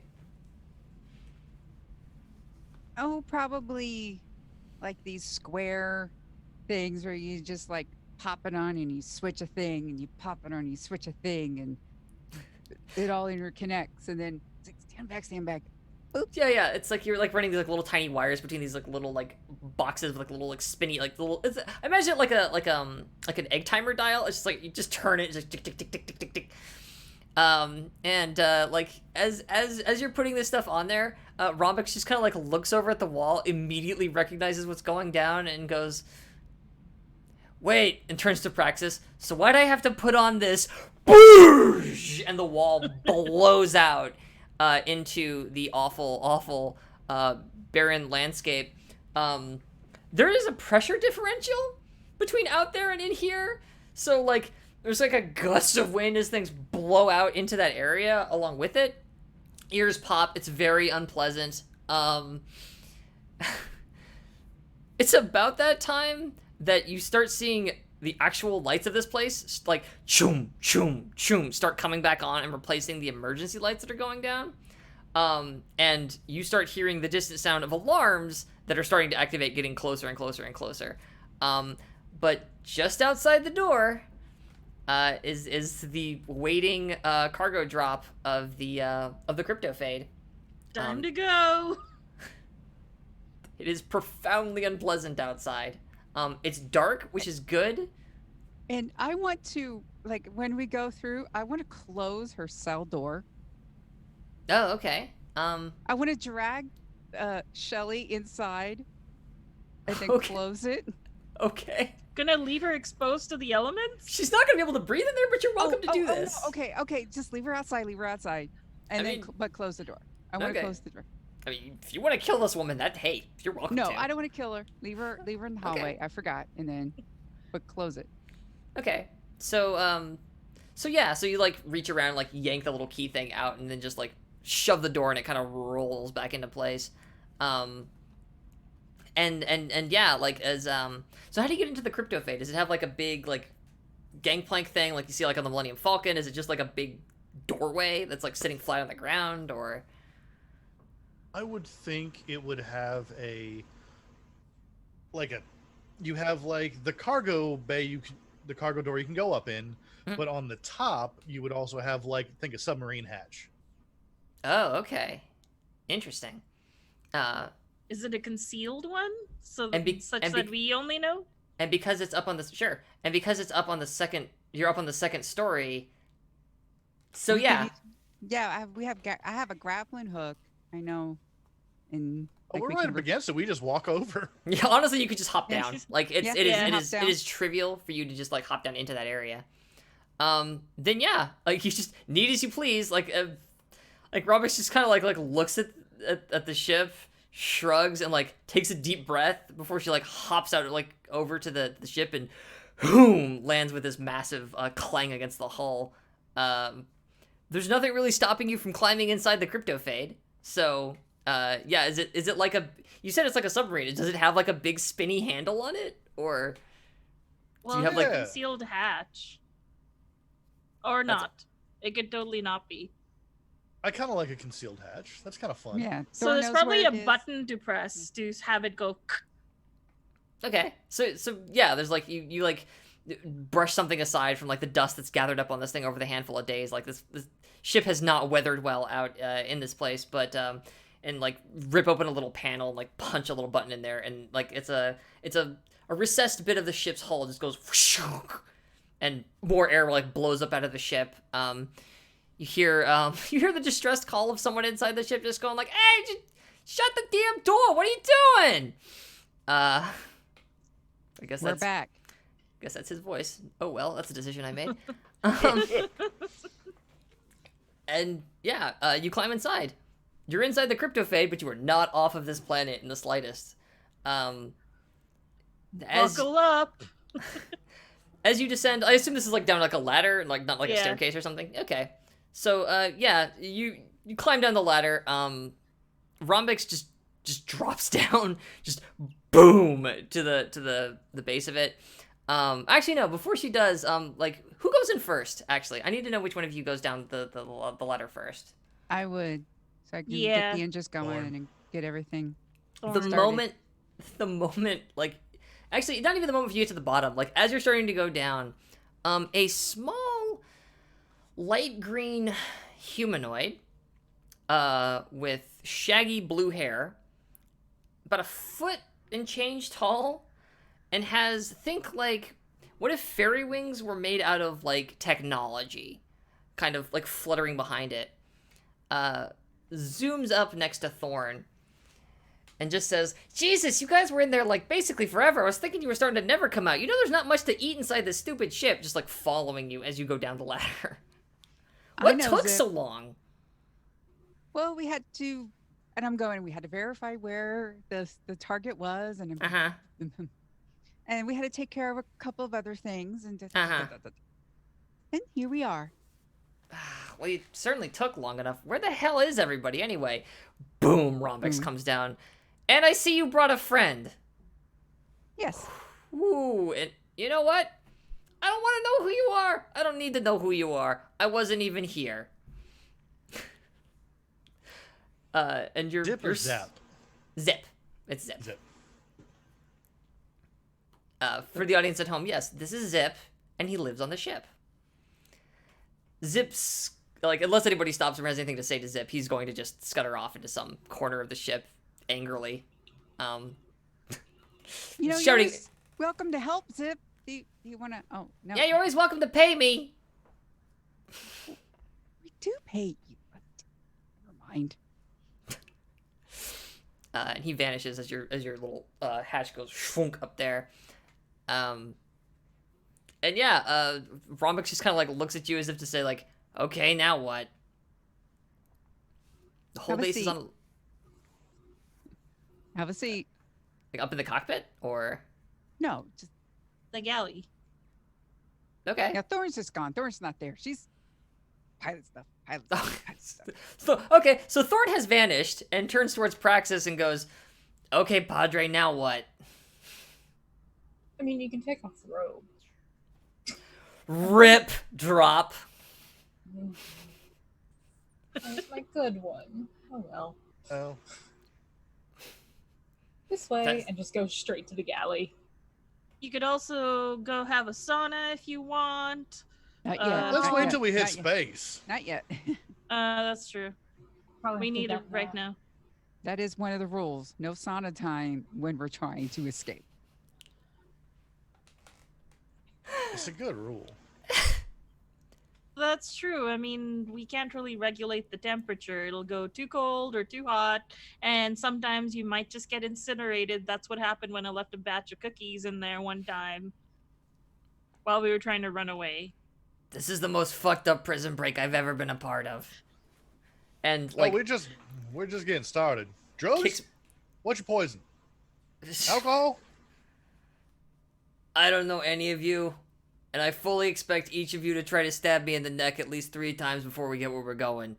I will not be having any drugs. And puts her feet, like, just up on the table and kind of leans back in one of the chairs and sits there like this, very grumpily.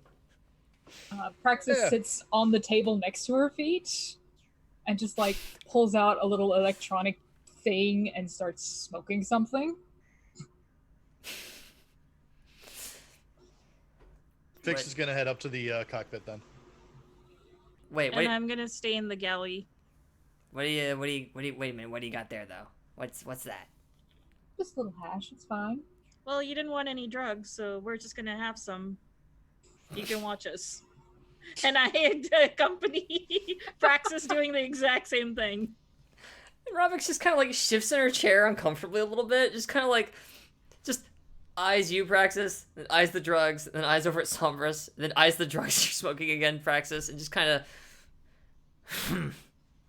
We cut over to the bridge of the ship as Thorn is, like, hurriedly, like, flipping switches and, like, pulling on levers to get, like, and we start to hear, like, the hum of the ship come to life in a very... We did close the hatch, though, just in case. I specifically said, that your hatch closed. So, like, the moment you, like, switch systems online, your radio, Thorn, crackles to life, and says, this is name of prison. Shit. This is why it's very important to keep your Here we go. Killed. Yeah, here we go. This is the Asteria Supermax prison. I know. I didn't think I need to name the place. Central Control Authority. Unidentified vessel. You will power down your engines and stand by to be boarded. What do you do? Leave. All right. So like we cut to an you like reach over and like flick a switch and we get an exterior shot of the engines just flaring up. And the ship begins to like the dust around the ship like explodes out in a million directions as you start to engage like the anti-grav drives on the ship and like pull away from it. Radio crackles to life again. This is your final warning. Cut your engines and stand down, or we will resort to lethal force. Fix is gonna get on the mic. Stand by for compliance. I feel like we would have Like done something because go ahead. That's fine. we would have. Okay, because right now my brain is like, well, many are probably asking, well, why didn't they just blow up the outside and get rhombics that way? So we have to have done something because we wanted the right to cause confusion. We needed the power out. We verified where she was. So we would have. There's a missing piece of trying to make sure there's chaos so we can get away.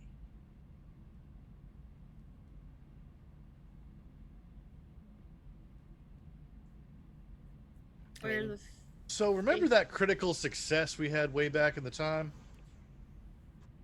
Vaguely, there's been a lot of rolls. The one about the gambling with where we got. Oh, where yeah. We cleaned them entirely out. Hmm. Could we possibly spend that cred that we got for someone in maintenance to have sabotaged their firearms outside? Huh. So, in lieu of stress, you can use cred in a flashback as long as you're doing it for a downtime action. Basically, at the end of the night, I'll let y'all keep your money, but here's what you gotta do. Blackmail. Huh. And well, and we would have told them that the plan was to cut the power so they could make it look like it was a power related issue. How do you think we got the power off? Yes. Okay. This is a little weird, but I'm gonna go with it, honestly, actually. So yeah. Let's just go ahead and boop, remove that one credit. Or cred, rather. Cred with a D. And yeah, I think like yeah, so like what we see is so now we get the interior shot of like the guy at the radio with like he's got the little like walkie-talkie thing in his hand. He's like, "All right, you asked for it. We will open fire. We will open fire in 3, 2." And like in the distance through the window, like we see the cryptophage going starting to like take off into the night sky. 3, 2, and then like there's just a giant hand just goes whoomph and knocks this guy over, and reaches in from out of frame and just kind of like flicks the off switch on the or like taps a button and like a screen that says like weapon systems armed and it goes to weapon systems deactivated, and like the camera pulls back and it's just the guy from the from that night of gambling, and he just kind of like looks left, looks right, and steps away from the console. And yeah, the four of you plus a grumpy convict blast off into the night sky as the guns remain quiet around the prison.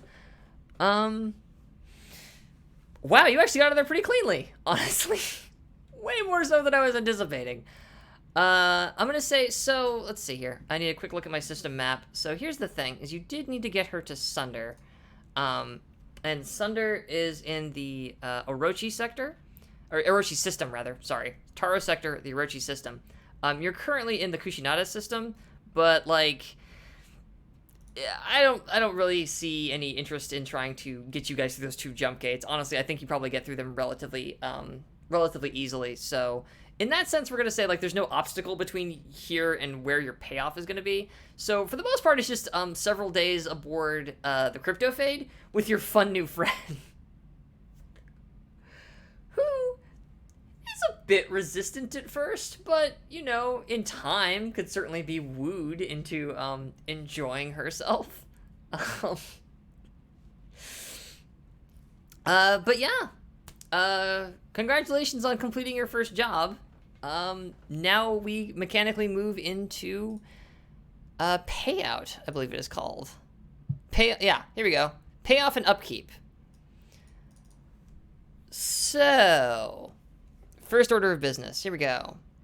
A job yields goodwill for the faction you did it for, and you mark it on the faction sheet. Yeah. So, y'all never asked who the hell you were doing this on behalf of, so that's fun. I figure Signal doesn't tell us. Yeah. Oh no, you could have asked, totally. Oh, okay. Oh, we didn't know. This is our first time. I mean, I know. Yeah. Yeah. Fair enough. Then I can just roll a flashback. We'll just retcon something, because hey, that's the way this works.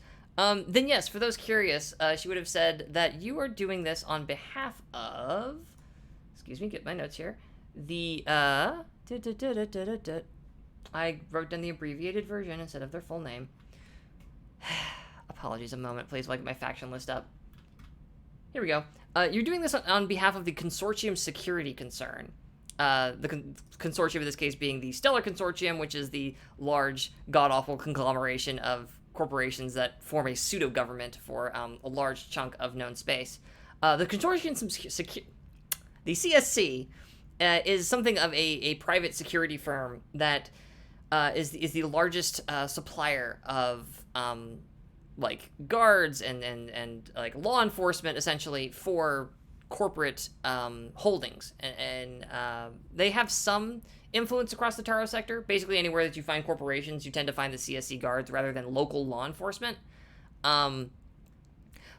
Breaking Rhombix out, such a known criminal with such a dangerous pastime, it makes the local law enforcement look weak, and it makes the if I can look here, it makes the governments of the Kushinada system, it looks like they can't do their job so much. So if we could just go in and bloody their nose a little bit, that's all the CSC is looking for, which you have now performed quite admirably at making them look very incompetent. Which is why I'm going to now go over to your faction sheet. Faction sheet. Which is why we couldn't have just cut a hole in the side and been done with it. We needed to make a show of it. Mm-hmm. Because they wanted a big show. So you have done a job for them. And because you have done one job, you now have one status with the CSC. Congratulations. The Corp Cops think you're kind of okay.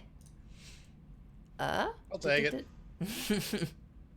Hey, their money's just as green as anybody else's. All right. Here we go. You also earn cred based on the nature of the operation. Yeah. So yes. So, amongst the four of you, you have earned 6 cred for you to divvy out and figure out what to do with as you see fit. It's just, you have an account and, like, whoop, money appears into it the moment that this job is complete, courtesy of Signal. If you'd like to split that evenly and then, like, put the other 2 remainder on the ship can hold up to 4 cred before it has to start being spent on things. I think that's what we would do. Yeah. All right, Then I will go over to the Crypto Fade and mark 2 more cred in its little vault there. And then each of you, by contrast, all have a cred on top of, I guess you wouldn't have had any besides what you have now. But yes, congratulations. You got paid. Money's really good. Now heat. All right, after a job or a conflict, the crew takes heat in the system where the job took place. So, this would be loud and chaotic, but because of the nature of it, it's you got through this largely unknown. Weirdly enough, things actually worked out really shockingly well on a lot of fronts here. So I'm going to say that you generated 2 heat in the Kushinada system. There we go. That's not very much heat. A little bit of word got around. I suspect that's mostly, honestly, from your pre-gaming as much as anything, of like messing with that dude and talking to your contact. It's like, hey, what are these knuckleheads up to? And word more got around in that regard. But all told, you largely got away with that on a standard amount of people talking and stuff. And here's the part that's always weird and confusing for me with the payout section. Entanglements. So, I need to roll 1d6 and consult the table. Because role-playing games. Da-da-da, let's roll a d6. Do-do-do. I rolled a 5. Okay. So roll 1d and consult the results in the column equal to the wanted level of the system the ship is in. You guys are currently at wanted level 0. I rolled a hot 5. So, I need to look up... Aha, because the GM sheet doesn't have the full explanation of what that does, so... Well, I go look up... Excellent, there it is. Okay, cooperation. Let's see here. A faction you have +2 or +3 status with you asks for a favor. Agree to it or lose status with them. If you don't have +2 or +3 faction with the status, you avoid this entanglement. Oh, goody, you do actually have somebody that you've got 2 or more status with. Because you had 2 status with the Black Dragons. So, as you're blasting around, and you're on your way, you make it out of this system and into the Susano system, which is between you and where you need to get to in Kusanagi. A little chirp comes up over the communicator in the cockpit. It is your friends, the Black Dragons, and they would just like to speak with you, if you don't mind. Bloop, bloop, bloop, bloop. Who takes the call? This If is in anybody. the cockpit? Thorn here. Hey, so I heard y'all kind of have a new friend aboard that cute little ship of yours. We have a lot of things on this ship. You're funny. That's why I like you, Thorn. So here's the thing. I don't know what you're planning to do with with Rhombix, who I know is on your ship, 'cause I ain't a dummy. Wherever you're planning to take her, we sure would appreciate it if you and like you see on your like a little proximity alarm as like another ship comes out from around like an asteroid that you're passing by, and you recognize it immediately. It's like it's the screaming fireball is what the IFF shows up on, and it says like if you just dock with us and pass her over, I mean, we'll match whatever you're getting paid. We would like to have some words with her, if you don't mind. And then you just go on your way and don't have to worry about anything that happens.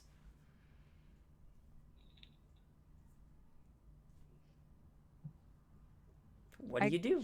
I flip it off. And well, not that, but I kill the communicator. And crew, we probably have like a word where it's like a crew talk. And I tell them what happened, and I'm thinking, this is a signal job. I don't think we fuck with it. I don't know that they have 6 cred to give anyway. Here, let me talk to him.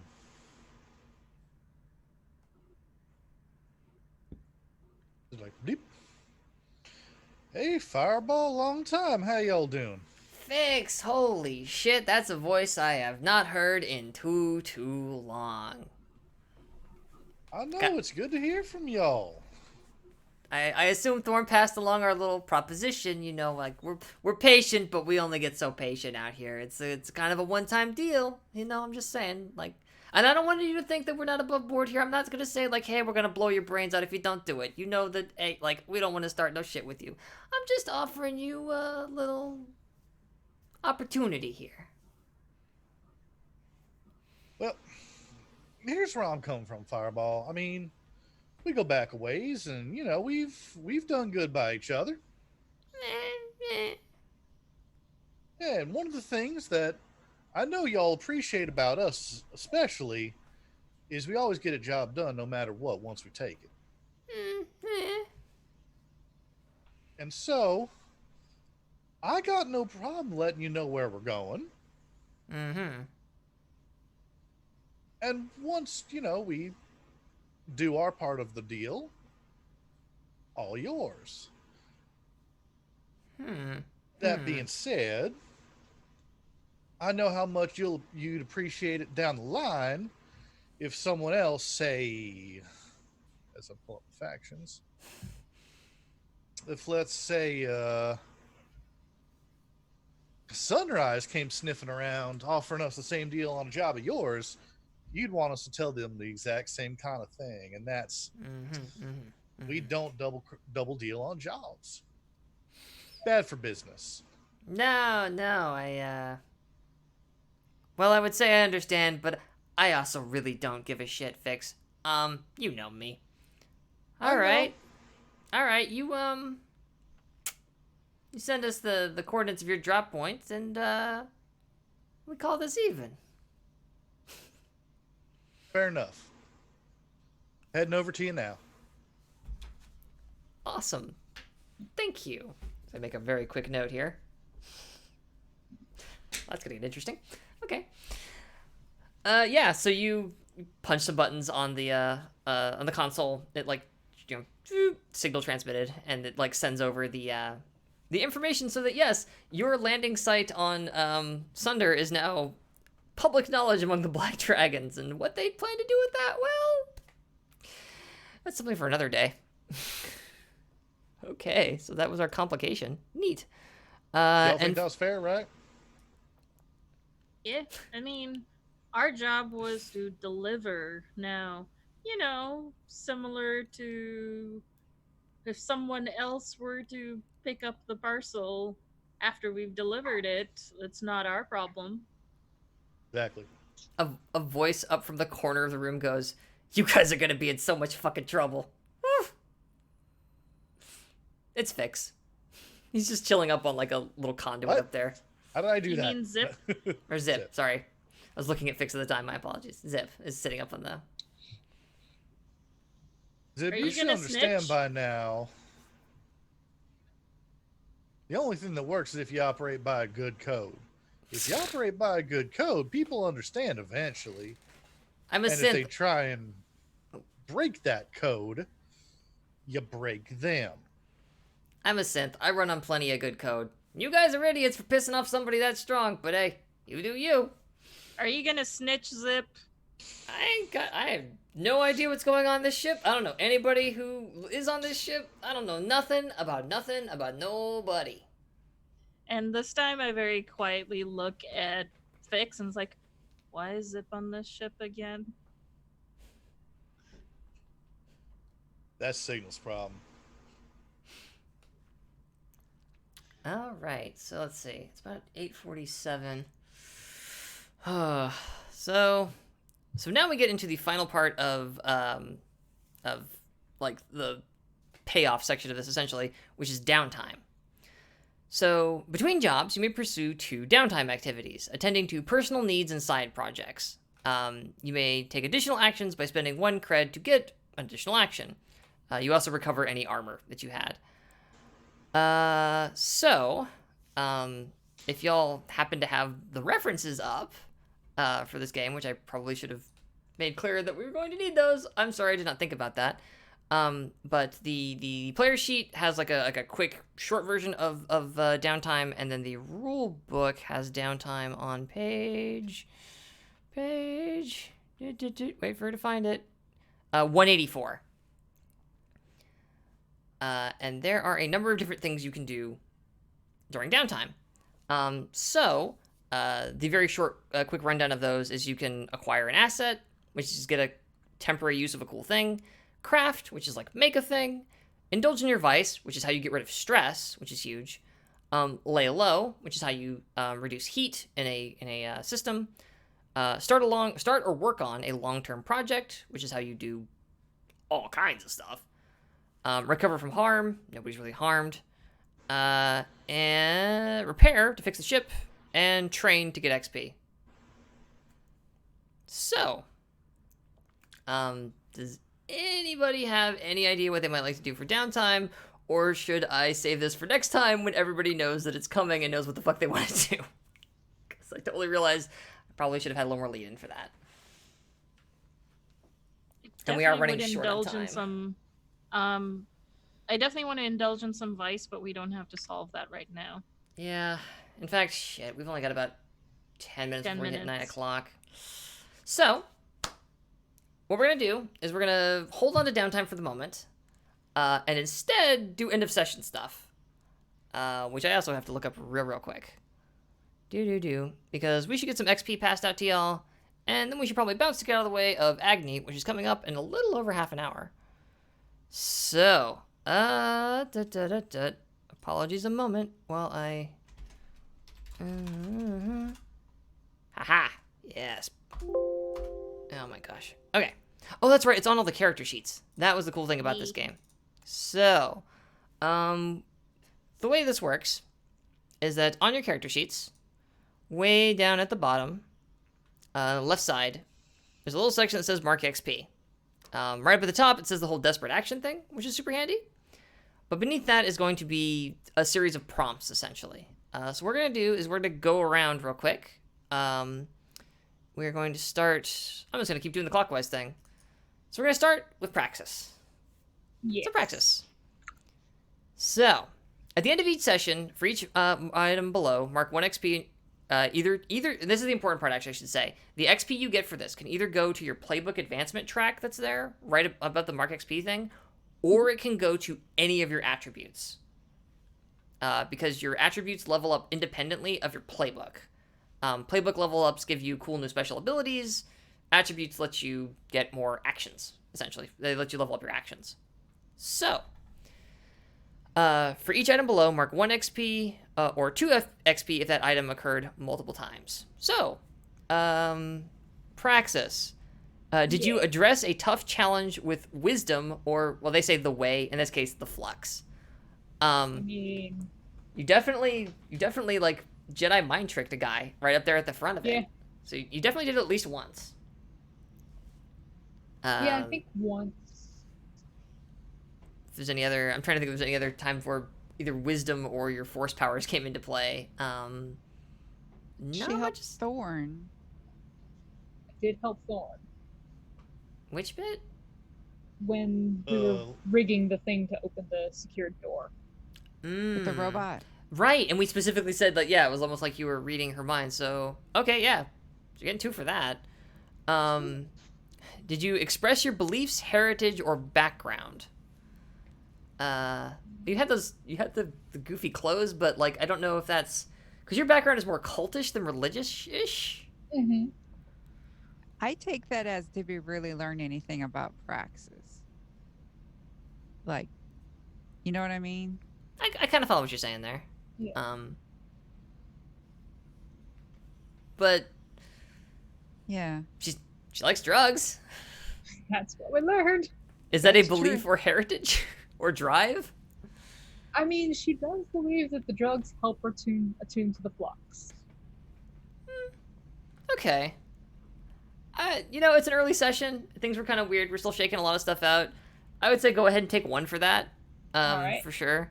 And then finally, did you struggle with issues from your vice or traumas during this session? Not really. I will say, as someone who has run this game a lot, that one's not really going to trigger a lot for people who either don't overindulge or have a trauma yet, in the sense of, like, a mechanical trauma. Traumas are actually, like, what happens when you take too much harm and things are bad, or take too much stress when things are bad. So that is a solid 3 for 1 Praxis Zan. Next up is Fix. Fix, did you address a tough challenge with charm or audacity? You address every challenge with the sole exception of shooting that robot gentleman in the head with charm and audacity. Like, Yeah. that definitely came up multiple times, for sure. Oh, yeah. Like, yeah, so go ahead and take 2 for that. Did you express your beliefs, drives, heritage, or background? So you definitely expressed your beliefs at least once right there at the end, because you were specifically talking about how, like, you have a code, you have a job. Right. That tells us a lot about who Fix is as a person. So you would definitely take 1 for that, but I'm trying to think of any other occurrences of that during the session. Nothing springs to mind for me, but like if anybody else has any ideas, please feel free to jump in here. But that may just be all it was. I think that was it, yeah. Okay. Then yeah, that's a solid 3 XP for you to distribute as you see wish. As you see wish? As you wish amongst your stuff. I don't know. I've been talking a lot for the last 3 hours, y'all. My brain's melted. Alright, Somras. Did you address a tough challenge with insight or compassion? So admittedly that's a little tricky. Given the nature of what you do, I may talk to, I had another player who also ran into issues with, they had a Stitch who was not a very nice person, so they could never get this damn thing to trigger. And I want to say what we changed it to, instead of insight or compassion, it was like insight or doctoring, essentially. Did you do your doctor thing? Because what this is really asking is like, hey, did you do the thing that your class is good at?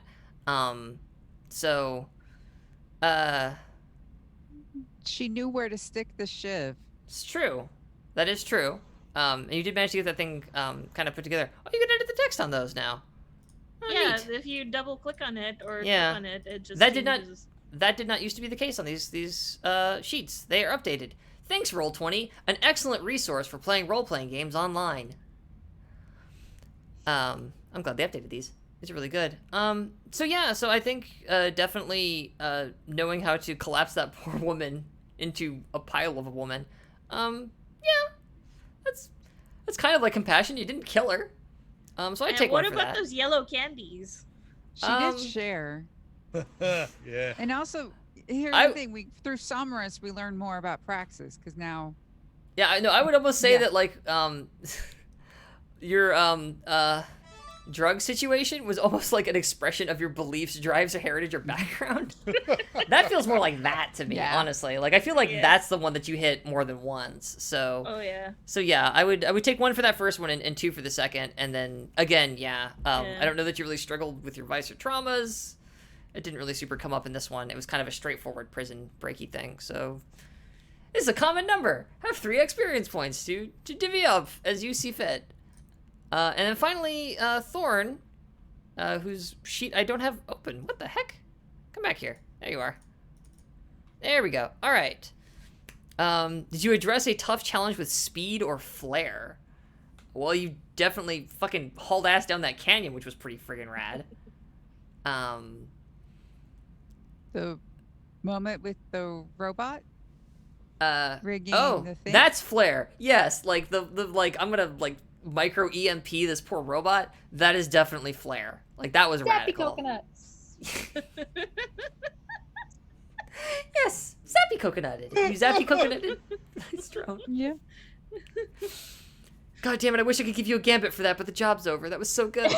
Oh, Oh my gosh. So take 2 for that. And then you expressed your beliefs, drives, heritage, or background. Did that really come up? Did we learn much about Thorn in that regard? Well, Somras and Thorn talked about the first time they met, It's true. Yeah. which I was actually. helped her pilot. That's yeah. I would also say that was part of drives too, because you were like, I believe that I can do this. kind of Yeah. thing, like you showing that you needed to prove yourself. Yeah. No, for sure, totally. Yeah, I would definitely take an XP for that as well. I could also see an argument for you expressed your beliefs in the sense of like, stop making my goddamn ship a mess, fix, as you were trying to clean up the engine room. Yeah. So yeah, I would say take 2 for both of those. Oh, So- wow. Thank you. That's a hot 4 for you. Okay. Nice. And then finally, your friend and mine, the Crypto Fade. So this thing also has an XP bar and also gets experience points because the system is wild. Same type deal. If it happened once, mark it once. If it happened more than once, mark it twice. Did you execute a successful transport or smuggling operation? You Yes. literally, Sure Yes. did. you literally transported a woman from one place to the other. Yes, you get XP for that. In fact, I'll just go ahead and mark those. Did you Now, contend with? would getting us in there count as a smuggling operation?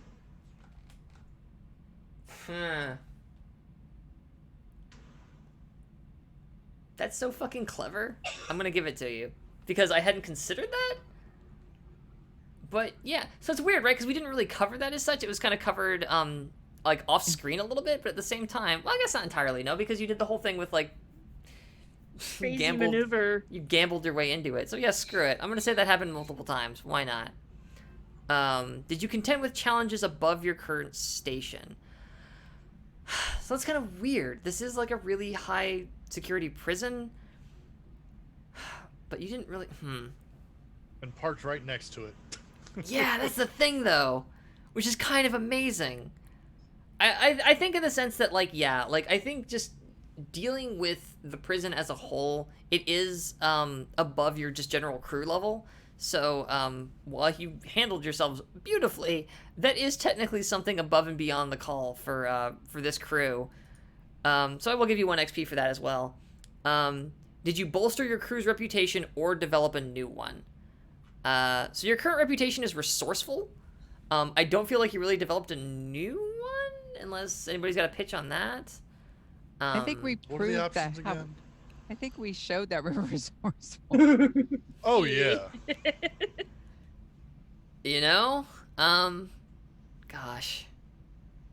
Yeah. I think that's fair. I mean, we pulled this off so beautifully, and we didn't have maps or anything to do it with. For like part of it, certainly, yeah. We Yeah. got maps eventually, but yeah. And God. doing it entirely unscathed. I Also, Thorn got a bruise. That's it. you got Oh, bruised. right, yeah, and sorry. since it's level 1 harm, that just goes away. Level 1 harm just heals. It's level 2 and above that you have to actually like worry about. Yeah, you guys just kept rolling so freaking well. All right, I'll give you 1 for that then. And then finally, did you express the goals, drives, inner conflict, or essential nature of the crew? The sauna, the drugs Yep. in the kitchen, Yeah. the drugs in the fridge. Oh my The god. drugs in the sauna. Yeah. Drugs. No. You do not do drugs in the sauna.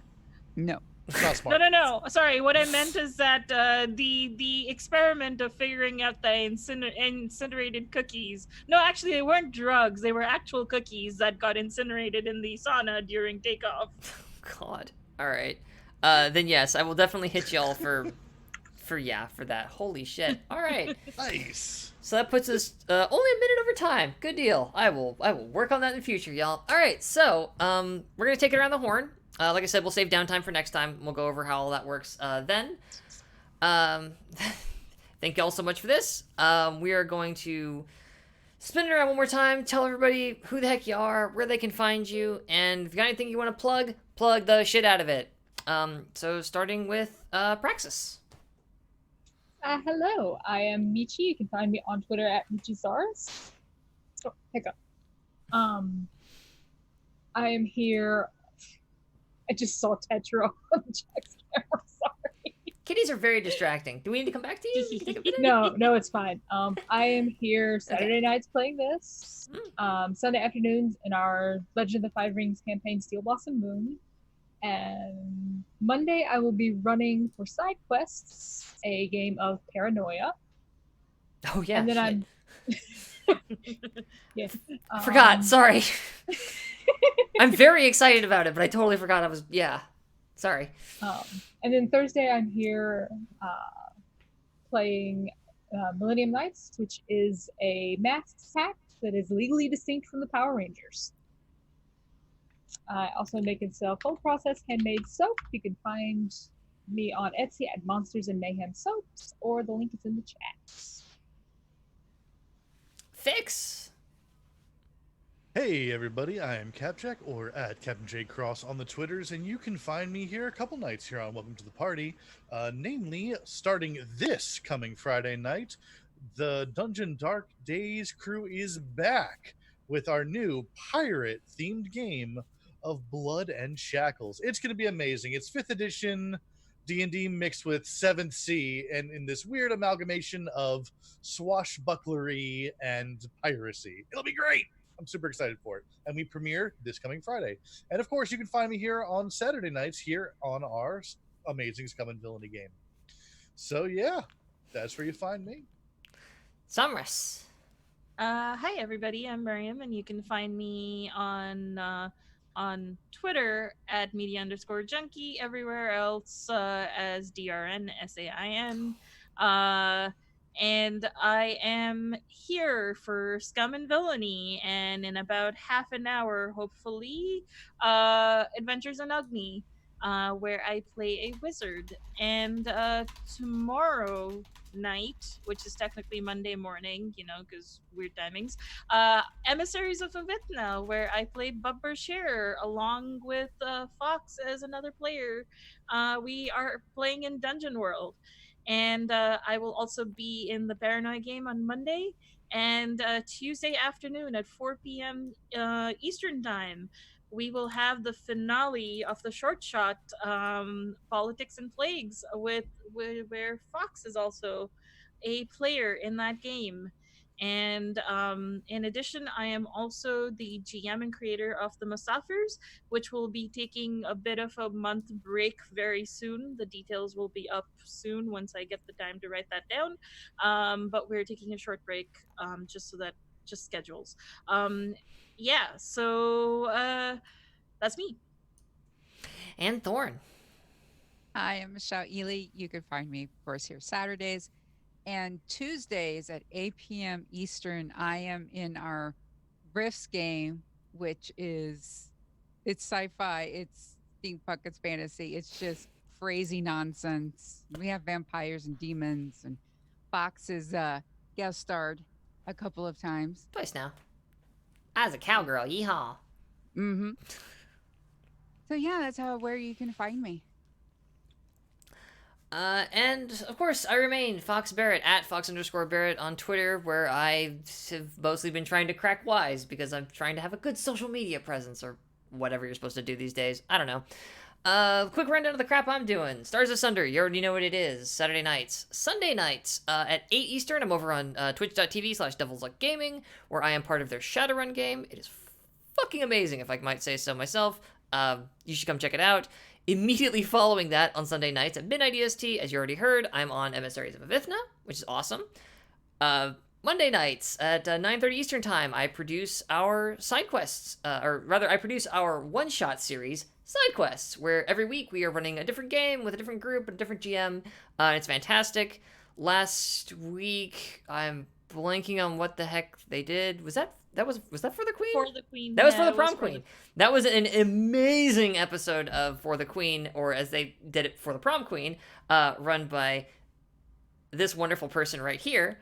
Go find the VOD for that. It was just, they partied like it was 1999, and I had a lot of horrifying flashbacks and didn't want to relive, honestly, because high school is the worst. But it was hilarious. Y'all should check it out. Coming up next week, as you already heard, Paranoia XP is gonna be awesome. I've never gotten to play Paranoia. I've known about Paranoia for like 20 years, and I've never gotten to play it, so I can't fucking wait. And finally, Politics and Plagues on Tuesday nights at 4 Eastern, so you already heard about that one too. I'm on that. And finally, I have too many games, y'all, that's why I'm spinning some of these down. Wednesday nights, over on twitch.tv/Steve Jackson Games. I am part of their Live in the Labyrinth series, where we are showing folks what the heck the fantasy trip is, and why you should come play it, and why it's awesome. And we promise we've worked through our audio issues. We're really sorry about that first stream. But yeah, that's gonna be awesome. Oh, and that's at 2 Central Time, over on the Steve Jackson Games channel, which is 3 Eastern. I am all over the Discord. I'm a mod over there. I write for the Patreon, which is currently, the Writers Project is in the middle of doing a thing, so hopefully I'll have more writings for you over there soon.